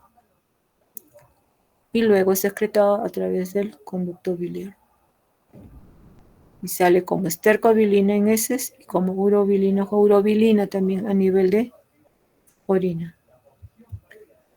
En esta excreción biliar, esta bilirrubina conjugada es más soluble en agua que la bilirrubina no conjugada. Se secreta en la bilis acá mediante un proceso activo que depende de transportadores canaliculares y luego se excreta a nivel del tubo digestivo. En esta circulación enterohepática, esta bilirrubina conjugada, secretada, no puede ser reabsorbida por las células epiteliales intestinales de acá, ¿no? De los enterocitos. En adultos esta es reducida a urobilina por las enzimas bacterianas intestinales y luego se elimina como urobilina. Sin embargo, al nacer el intestino del bebé es estéril y posteriormente ya los lactantes tienen muchas menos bacterias en el intestino. Así la bilirrubina conjugada se reduce pues a urobilina, nada más que por eso. En el lactante, la beta-glucuronidasa en la mucosa intestinal, acá, deshace esta conjugación de la bilirrubina y esta no conjugada, por acá, acá está la bilirrubina no conjugada acá, que no se lee tan bien, un conjugue bilirrubina, se es reabsorbida a través de la pared intestinal y reciclada a la circulación. Esto está a nivel sérico. Un proceso conocido como circulación enterohepática de la bilirrubina. Está conjugadita acá, viene la beta-glucuronidasa y la desconjuga. Y se queda como bilirrubina no conjugada, o sea, indirecta. Y esta es absorbida y se va a la circulación. ¿Okay? Esta es la circulación enterohepática. Entonces, la hiperbilirrubinemia se va a ver por ya sea por un aumento de la producción de la bilirrubina o por una disminución en la eliminación de la bilirrubina. Cuando se da este desequilibrio, pues causa la hiperbilirrubinemia.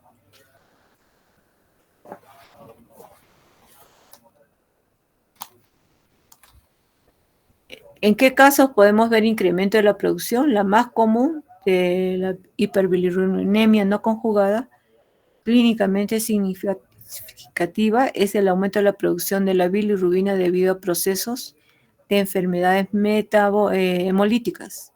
Ya mencionamos incompatibilidad de RH-HbO, defectos hereditarios de la membrana de los glóbulos rojos, principalmente esferocitosis y eliptocitosis hereditaria, y por un defecto también enzimático de los eritrocitos, que es la glucosa 6-fosfato deshidrogenasa. Esa es una.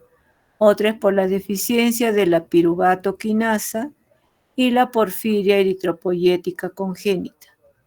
Estas se deben a un defecto enzimático de los glóbulos rojos, ¿ya? En casos de sepsis, el mecanismo es incierto, sin embargo, se postula que por el estrés oxidativo incrementado a nivel de los glóbulos rojos se destruyen y causarían el incremento de la producción. En casos de colección de sangre en un espacio, cefalohematoma, al que es relativamente frecuente, y la hemorragia subgaleal, que es una manifestación grosera, ¿no?, de un cefalohematoma que ha ido creciendo y que puede decolar desde la frente hasta el occipucio creando shock hipovolémico, ¿no? ¿Se acuerdan? Cuando hemos visto shock. Y luego el recién nacido macrosómico o hijo de madre diabética, porque se acompañan de policitemia o hay una eritropoiesis inefectiva. Produce, pero los otros mecanismos compensatorios no están dados.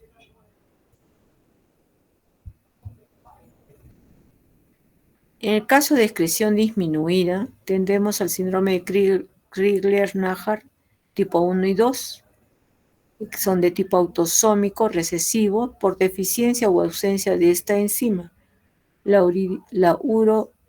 urodinil transferasa 1A1. ¿Sí?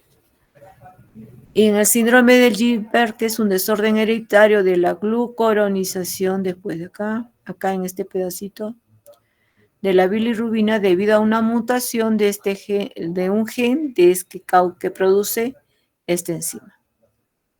Y otro es el polimorfismo del gen OATP2, que es una variante del anión orgánico transportador de la proteína OATP-2, que son más raros. Este es el peligro. Acá esta lámina también tiene algo bonito. Cuando aumenta esta circulación enterohepática, aumenta la producción de bilirrubina libre, es decir, la no conjugada, se mete al cerebro y causa lesión y tiene un trofismo por el tejido graso. Y dentro del cerebro lo que le gusta a la bilirrubina libre es los núcleos basales. Y en los núcleos basales hace daño a diferentes tipos de células nerviosas, como vamos a ver después. Otras causas de excreción disminuida son en caso de diabetes materna, el hijo de madre diabética, en hipotiroidismo congénito, galactosemia, panhipopituitarismo. Aunque en estas dos últimas condiciones los bebés suelen presentar hiperbilirrubinemia conjugada elevada también, o sea, la directa también está más de 2, ya la consideramos patológica elevada, por alguna razón. Estos trastornos generalmente se identifican mediante los programas de detección metabólica, tamizaje neonatal, ¿no? Como el hipotiroidismo que ya han visto ustedes. ¿En qué casos puedo ver panhipopituitarismo? A ver, en un recién nacido, de manera aguda, como complicación. Ya hemos hecho esa clase, pero no sé si lo hayan mencionado, pero en todo caso, a ver, de repente alguien le dio más. A ver, ¿quién se atreve? A ver, espérate. Sí, Luis. Doctor, ¿lo podría hacer en una asfixia neonatal severa? Muy bien, exacto. En un caso de una asfixia severa, bebé que haga una encefalopatía hipóxico-isquémica y que está haciendo hipoglicemia, porque se le baja cada rato, una hipoglicemia persistente, es porque el cortisol se alteró. ¿Y quién hace que se libere más cortisol? La CTA a nivel de la hipófisis, pues, ¿no? Eso también después tiene muchos problemas. Muy bien, Luis. Luis Rodríguez. Ok. Ya. Continuamos. Ya.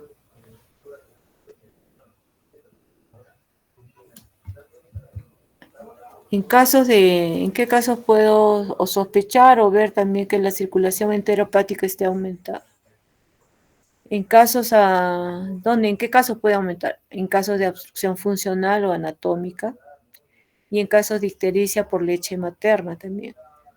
Pero no en el caso de leche materna que sea,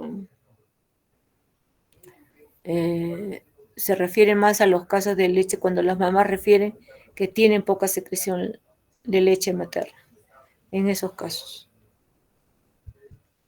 En cambio, la que es propiamente, como vamos a ver ahorita, la que es propiamente por leche materna debe diferenciarse de la que es por secreción disminuida, ¿no?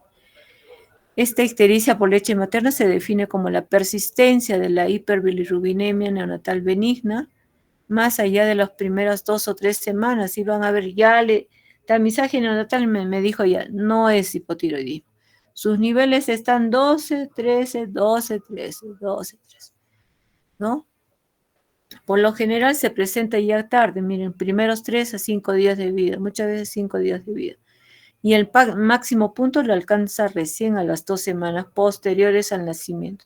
Y va disminuyendo de manera gradual a niveles normales en un buen tiempo, de a las 3 hasta las 12 semanas incluso.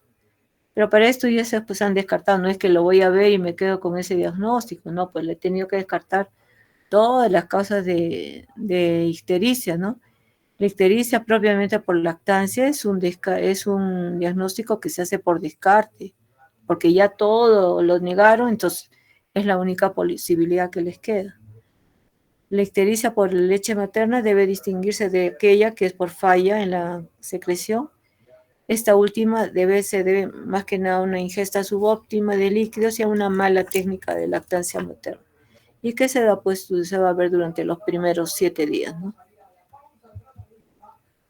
Se menciona que el problema subyacente sería que la leche materna tiene altas concentraciones de beta-glucuronidasa, esa la que desconjuga, ¿se acuerdan? Y que va a catalizar la hidrólisis del ácido beta-glucurónico, ¿no? O sea, ya estaba conjugadita y como tiene alta concentración de esta enzima, se desdobla y por circulación enterohepática esta bilirrubina indirecta aumenta. Por el contrario, esto en condiciones normales, con la leche materna. Cuando hay cantidades insignificantes de beta-glucuronidasa en la leche materna o en la fórmula infantil, los bebés alimentados con fórmula tienen niveles más bajos de bilirrubina que aquellos que reciben leche materna. Es por eso que la ictericia por lactancia materna, cuando hay altas concentraciones de esta enzima, me rectifico, cuando hay altas concentraciones de esta enzima, desdobla, hidroliza esta bilirrubina ya glucuronizada y queda pues bilirrubina libre que luego es absorbida. En cambio, cuando se da la fórmula esto no ocurre y por eso a veces los papás, con la leche materna mi primer hijo se puso amarillo y terminamos con fórmula y le fue bien.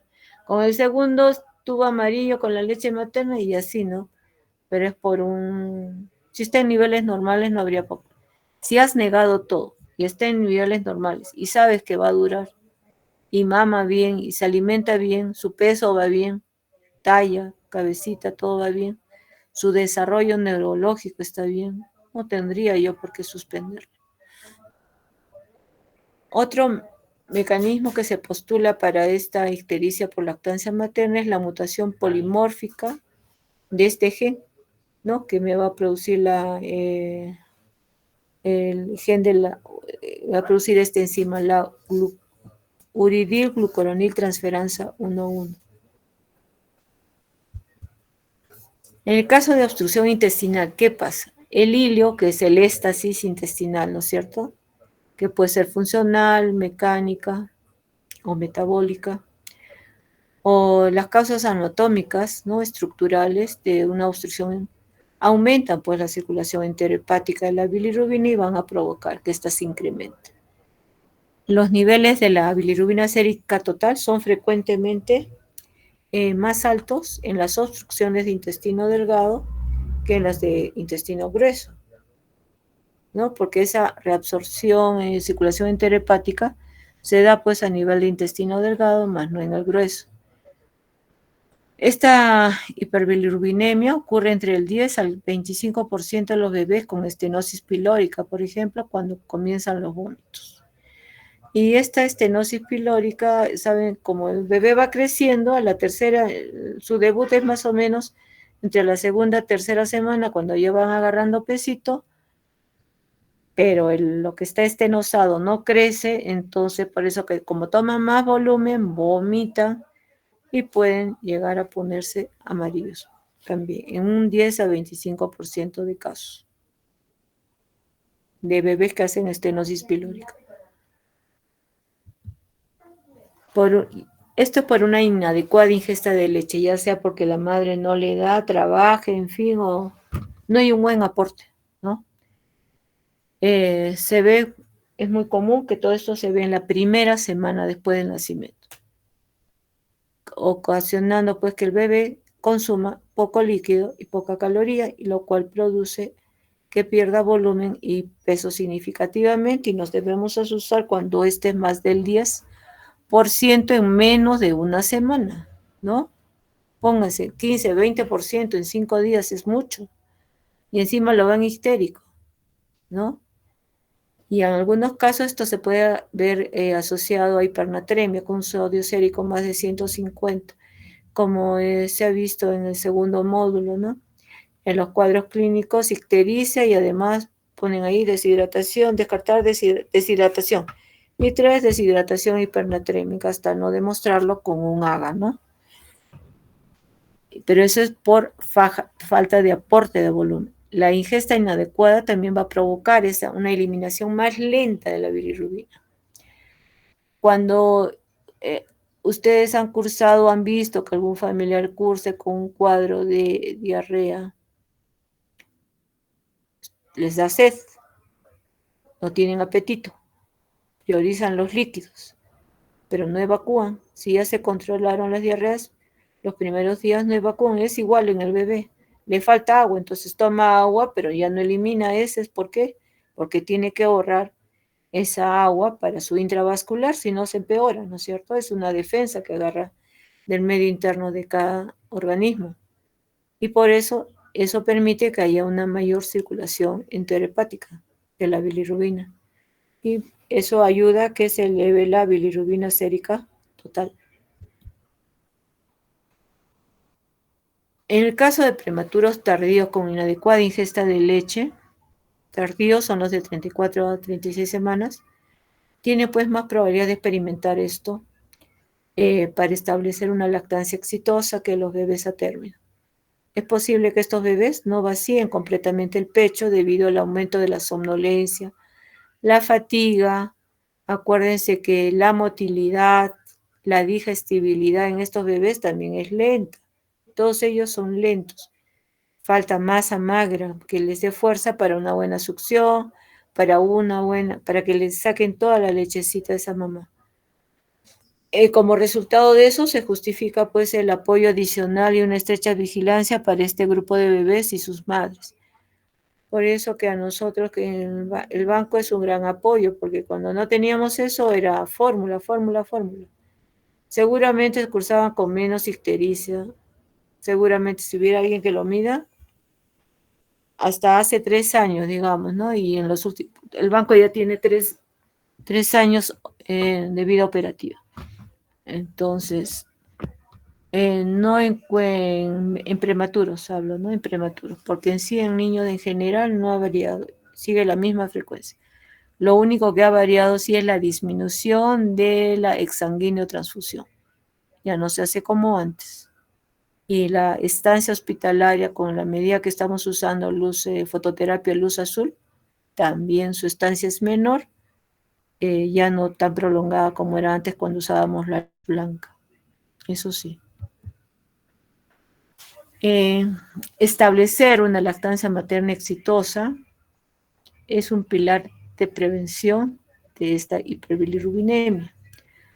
No es cierto que por la leche se ponen amarillos, esos casos son los más raritos. Lo más frecuente es por una inadecuada ingesta de leche, que está asociado a una mala consejería en lactancia desde la época gestacional. No les indican nada de nada. Recién, cuando ya nace el bebé, la mamá igualmente. Y para esta lactancia materna exitosa, pues hay que cumplir 10 pasos, que no es el momento de hablarles ahorita, pero va desde que el personal esté convencido y apasionado por la lactancia materna. Y conocedor, decididamente. Si tú no conoces, no te convences, no te comprometes, y te da igual que le den esa leche materna o le den otra cosa. Igual. Más fácil es recetar y darle una fórmula láctea que sentarte con la mamá, hablarle, enseñarle, decirle, ¿no? Etcétera. Por lo tanto, mamá y bebé requieren mucha atención de parte desde antes, durante el parto y después el alta continuado. Como verán, pues existen factores de riesgo para esta neurotoxicidad y esa es la preocupación por lo cual uno se preocupa por la ictericia, por esta neurotoxicidad. Y hay factores de riesgo, como cuáles: prematuros, menores de 37 semanas, y a menor prematuridad, mayor riesgo. Albúmina sérica menos de 3 gramos por decilitro. ¿Por qué? Porque sabemos si hay poca albúmina, va a haber más albúmina libre, ¿no es cierto? Si hay más albúmina fija, que no va a estar libre. Enfermedad hemolítica isoinmune, es decir, para eso, ¿qué tenemos que hacer? Un test de Kunz directo, positivo, peligro. Si demuestra deficiencia de glucosa 6-fosfato deshidrogenasa u otras condiciones hemolíticas, ¿no? Como cuáles: ferocitosis, eritrocitosis. Sepsis, que si bien es incierta la fisiopatología, sabemos que estos niños, por el estrés oxidativo de los glóbulos rojos, pueden presentar también ictericia, y de hecho lo vemos en la práctica hospitalaria. La inestabilidad clínica significativa en las 24 horas previas. glucosa 6-fosfato deshidrogenasa, ¿no? Esto. Se ha publicado por estos autores que ustedes ven ahí, Kemper, Newman, Slaughter, son ya personas mayores, pasarán ya los 70 años, que tienen N de trabajos, y su, ¿cómo se llama? Su especialidad es todo lo que se diga de diftericia neonatal. Ahí falta uno que es Meisels, este era el más antiguo. Entonces, ¿cómo los vamos a evaluar? ¿Cómo los vamos a encontrar? Los neonatos característicamente no lucen histéricos hasta que la bilirrubina sérica total supere de 5 a 7 miligramos por decilitro u 86 a 120 micromoles por litro. ¿Sí? O sea que con 4, con 3, con 2, con 1, que ya es alto, no los vamos a ver histéricos. A partir de 5 a 7. Tomar en cuenta que el 85% de los recién nacidos, miren, desarrollan cierto grado de ictericia, o sea, de cada 100, 85 sí van a desarrollar ictericia en alguna medida. La ictericia en el bebé se hace evidente primero en cara, es caudal, cefalocaudal. Primero en cara y luego va bajando. Y antes de piel aparecen escleras. Y la desaparición es caudal cefálica y lo último que desaparece es en las escleras. Entonces, hasta antes de contar con el bilirrubinómetro transcutáneo, nos basábamos en la clasificación de Kramer, pero ya pues felizmente ya fue superado. ¿Por qué? Porque una de lo que no era tan confiable era debido al color de la piel. ¿Cómo podrían evaluar? Y a medida que la piel es más oscura, la dificultad es mayor. Entonces, de ahí que no era algo tan certero y aumentaban los casos de neurotoxicidad, ¿no? Entonces se desarrolló esta tecnología que a Dios gracias contamos con esta ayuda, ya ha ayudado mucho para prevenir estos casos de neurotoxicidad. Y como van a ver, hay incluso casos de neurotoxicidad sin que la bilirrubina esté elevada completamente. Este es de la revista, la original lo publicó este estudio Kramer en esta revista, en el American Journal Disease of Children, el año 69, miren, ¿no? Y se paró así, uno hasta los hombros, recuerden bien, porque igual va a haber preguntas sobre esto, tórax y abdomen superior 2, abdomen inferior hasta rodillas 3, 4 rodillas y piernas, pies y talones 5, y al igual que brazos y antebrazo 4, y manos 5, ¿no?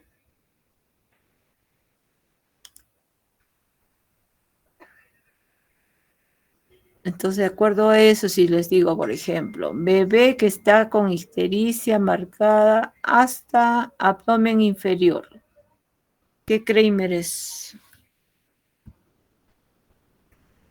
Voluntarios. Eso, doctora. ¿Paulo? 3 sería, doctora. Ya, Paulo. Solo Paulo, y por lo visto, Paulo, solo tú estás presente.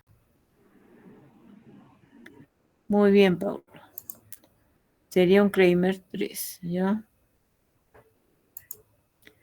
Pero como les digo, clínicamente en la historia se escribe, pero obviamente hay que corroborarlo con el transcutáneo y su bilirrubina central.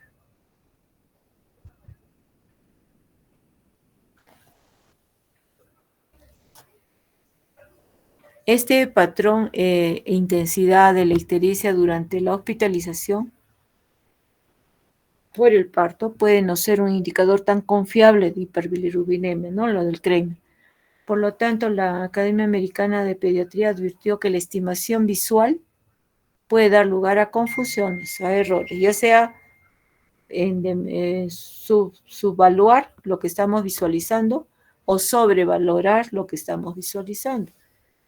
Entonces, por eso es que se recomendó y se desarrolló esta tecnología de la medición de la bilirrubina transcutánea, que equivale a decir bilirrubina sérica total como complemento como complemento a la evaluación clínica de la ictericia en cada bebé durante su hospitalización cuando la madre ha dado a luz, ¿no es cierto? A eso se refiere. Para ayudar en esta detección y manejo de la hiperbilirrubinemia. La ausencia de ictericia tiene un excelente valor predictivo negativo para desarrollar un TCB que merezca fototerapia. Es decir, el bebé no está amarillo. Ah, ya. Entonces es 99% que no tiene ictericia. ¿Está bien? Se llama valor predictivo negativo. Cuando la ictericia está limitada a la cara y la parte superior del pecho, ¿no? Lo que hemos visto hasta un 2, ¿no? 1, probablemente predice una bilirrubina sérica total menor a 12. Observaciones más recientes sugieren que la presencia de ictericia conjuntival puede ser un signo significativo de hiperbilirrubinemia y que cuando se ha medido pues el TSB, la bilirrubina sérica total, da cifras mayores a 14.9. Es por eso que confiarnos en lo que vemos no es suficiente, ¿ya? Así también la Academia Americana de Pediatría recomienda que los papás que detecten ictericia conjuntival deben llamar a su médico, quien a su vez debe evaluar al bebé, incluyendo la medición de bilirrubina. Entonces tenemos en esta clínica, si la ictericia va aumentando, si bien el kernicterus es un diagnóstico anatomopatológico, se ha denominado en los últimos años como desorden del espectro kernicterus. Así como hay el espectro de la implantación anómala de la placenta en obstetricia, ¿no? Que va desde las implantaciones anómalas hasta ¿cómo se llama? El acretismo placentario. En el caso de este desorden del espectro kernicterus, tiene 3 fases. La fase avanzada, caracterizada que va desde un estupor profundo a coma, hipertonía, opistótonos, retracción de todo el cuerpito, no alimentación, llanto agudo, convulsiones, apnea o eventualmente la muerte. Tiene una fase intermedia que es de irritabilidad, tono muscular variable, hipertonía a menudo, opistótonos y retracción, alimentación escasa y un llanto muy agudo. Y en la fase temprana lo que vamos a ver es letargia, somnolencia, hipotonía, pobre succión y un llanto agudo pero suave todavía. Entonces va acá de la base, así empieza, desde una fase temprana, intermedia, a una avanzada que es la parte donde está el pico. Son las 3 fases clínicas de una encefalopatía bilirrubínica aguda, ¿no? Entonces hay que tratar, si llegan, no pasen más allá de la fase temprana, ¿no? Y para eso es esta medición con el bilirrubinómetro transcutáneo. Aparte de lo que ves, tienes que confirmar midiéndolo. Y a veces cuando es tan alta en el transcutáneo dice error. O sea, es tan alta la bilirrubina que te sale error. Ya no tiene capacidad de medirlo.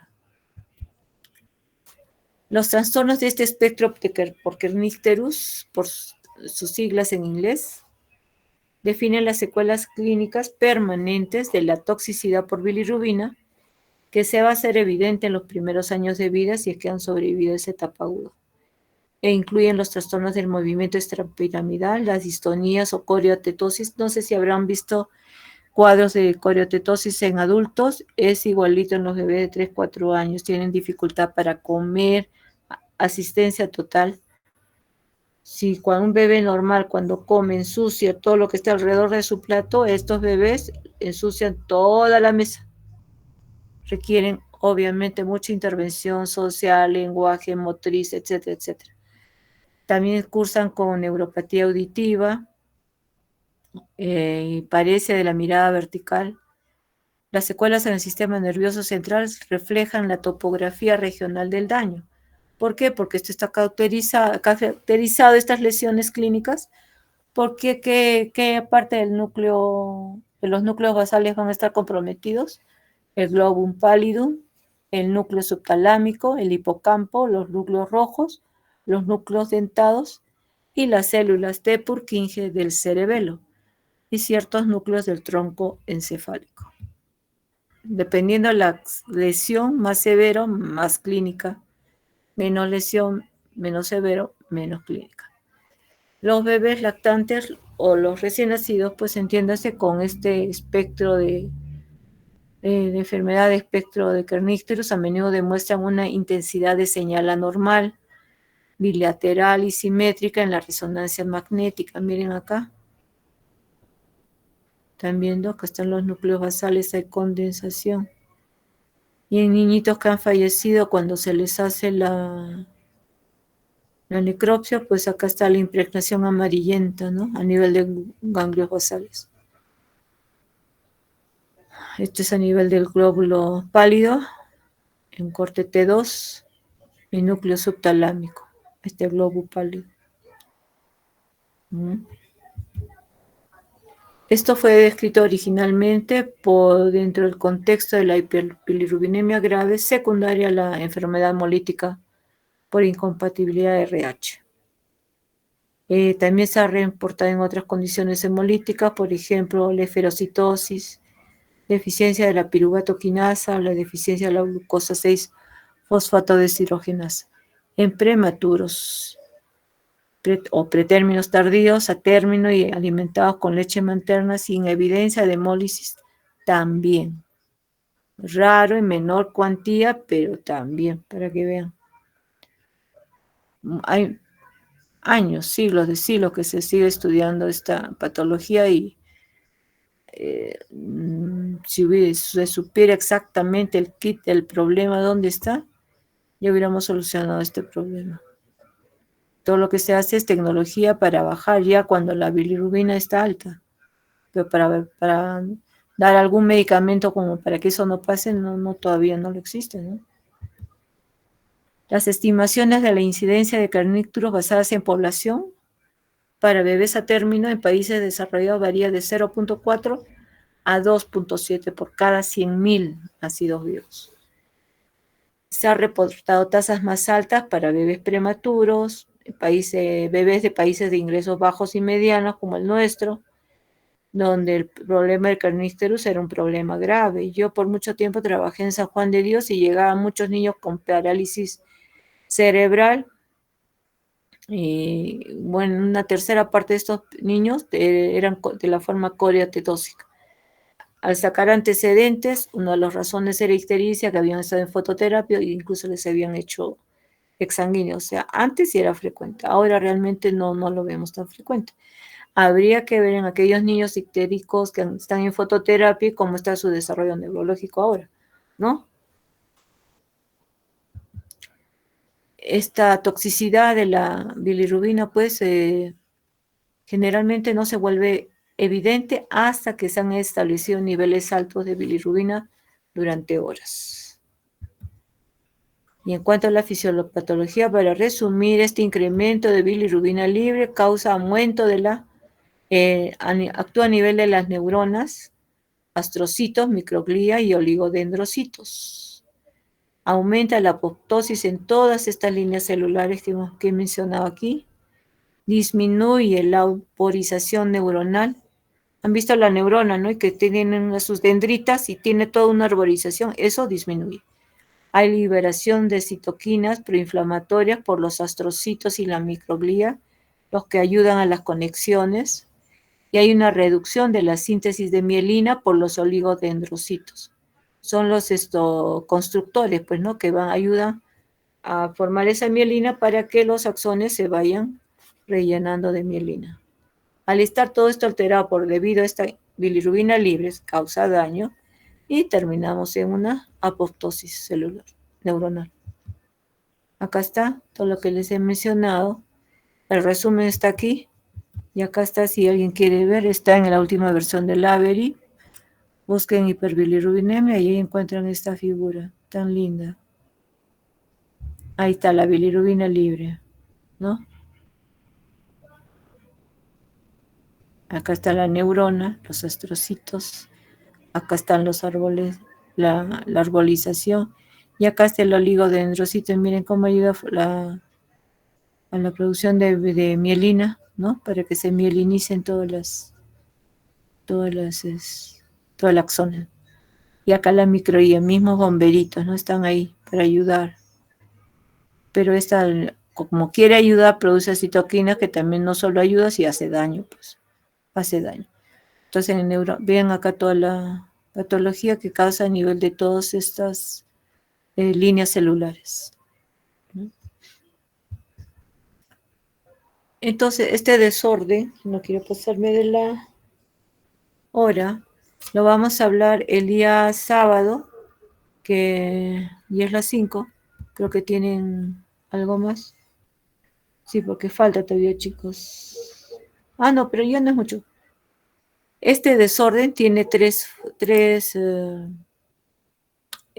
espectros clínicamente, que es la encefalopatía bilirrubínica aguda, es el kernícterus y es la enfermedad neurológica debido a la bilirrubina. Es todo un espectro. La aguda está caracterizada por letargo, mala alimentación, hipotonía, y luego le sigue hipertonía, un reflejo de moro deficiente, con flexión incompleta de las extremidades y el llanto agudo. Luego le sigue el opistótonos y retracción en las etapas posteriores. ¿Ya? Y a medida que estos síntomas de esta encefalopatía aguda empeoran, se presenta ya apnea, convulsiones y coma que lo puede llevar a la muerte. Esto puede suceder en horas. El kernícterus propiamente dicho, la encefalopatía bilirrubínica crónica, es una lesión cerebral ya irreversible, ya hizo daño, ya está ahí, se quedó el tinte ahí en los núcleos basales y devastador. Incluye todos estos trastornos del movimiento y distonía, coriotetóxicos, anormalidades en la mirada, especialmente parálisis de la mirada hacia arriba, alteraciones auditivas, hipoacusia severa hasta sordera, displasia del esmalte de los dientes de leche, defectos cognitivos leves, anormalidades neuromotoras que pueden ser tan sutiles, siendo las auditivas las más evidentes, ya que las vías auditivas son el sistema neural más sensible al daño por bilirrubina. Y el otro que es el síndrome de disfunción neurológica inducida por bilirrubina, y que puede ocurrir en ausencia de un kernícterus clásico, o sea, no necesariamente ver todo lo que hemos visto en ¿no? El caso de la encefalopatía crónica. Hay signos neuromotores anormales, hay signos, alteraciones a nivel del tono muscular, reflejos hiperexcitables, manifestaciones neuroconductuales, anomalías en el habla y lenguaje, anomalías en el procesamiento central, incluyendo la disfunción audiológica, visomotora, sensorio neural. También existe preocupación de que estos neonatos vulnerables puedan desarrollar BIN. Como ¿quiénes son los vulnerables? Los más prematuros, los más chiquititos, los que pesan menos. Sin necesidad pueden desarrollar esto, sin necesidad o sin que los niveles de bilirrubina estén gravemente elevados o que duren mucho tiempo, sin necesidad de ello. Por eso es que en algunos casos, y sobre todo en los menores de 1 kilo, la propuesta es a usar fototerapia profiláctica. Las técnicas de imagen más recientes como la resonancia magnética o el tensor con tensor de difusión o la tomografía por emisión de fotón único permite cuantificar la lesión sutil de sustancia blanca después de exposición a la bilirrubina no conjugada. Doctora, pero le hago, ¿y de qué me sirve? Pronóstico y calidad de vida. Pues, ¿cómo le digo al padre si no le demuestro? Tienes que demostrarle. Y estas son las referencias bibliográficas. Está ahí Maicels, que será pues el padre de la ictericia neonatal, porque es uno de los que mucho ha investigado y todos ellos ya son sus discípulos, digamos, ¿no? Muy bien, chicos. Continuamos el día sábado y el martes, que yo sé que están de feriado, vamos a terminar, porque si no, no vamos a acabar ya. Sí me falta lo de la glucosa y lo de malformaciones congénitas. Así que eso sería todo por hoy. Son las 5:04 de la tarde y nos podemos retirar. ¿Alguna pregunta hasta el momento antes de retirarnos? Muy bien. Muy bien, May. Nos estamos viendo, jóvenes. Gracias, doctora. Cuídense mucho. Buen fin de Gracias. semana. Hasta luego.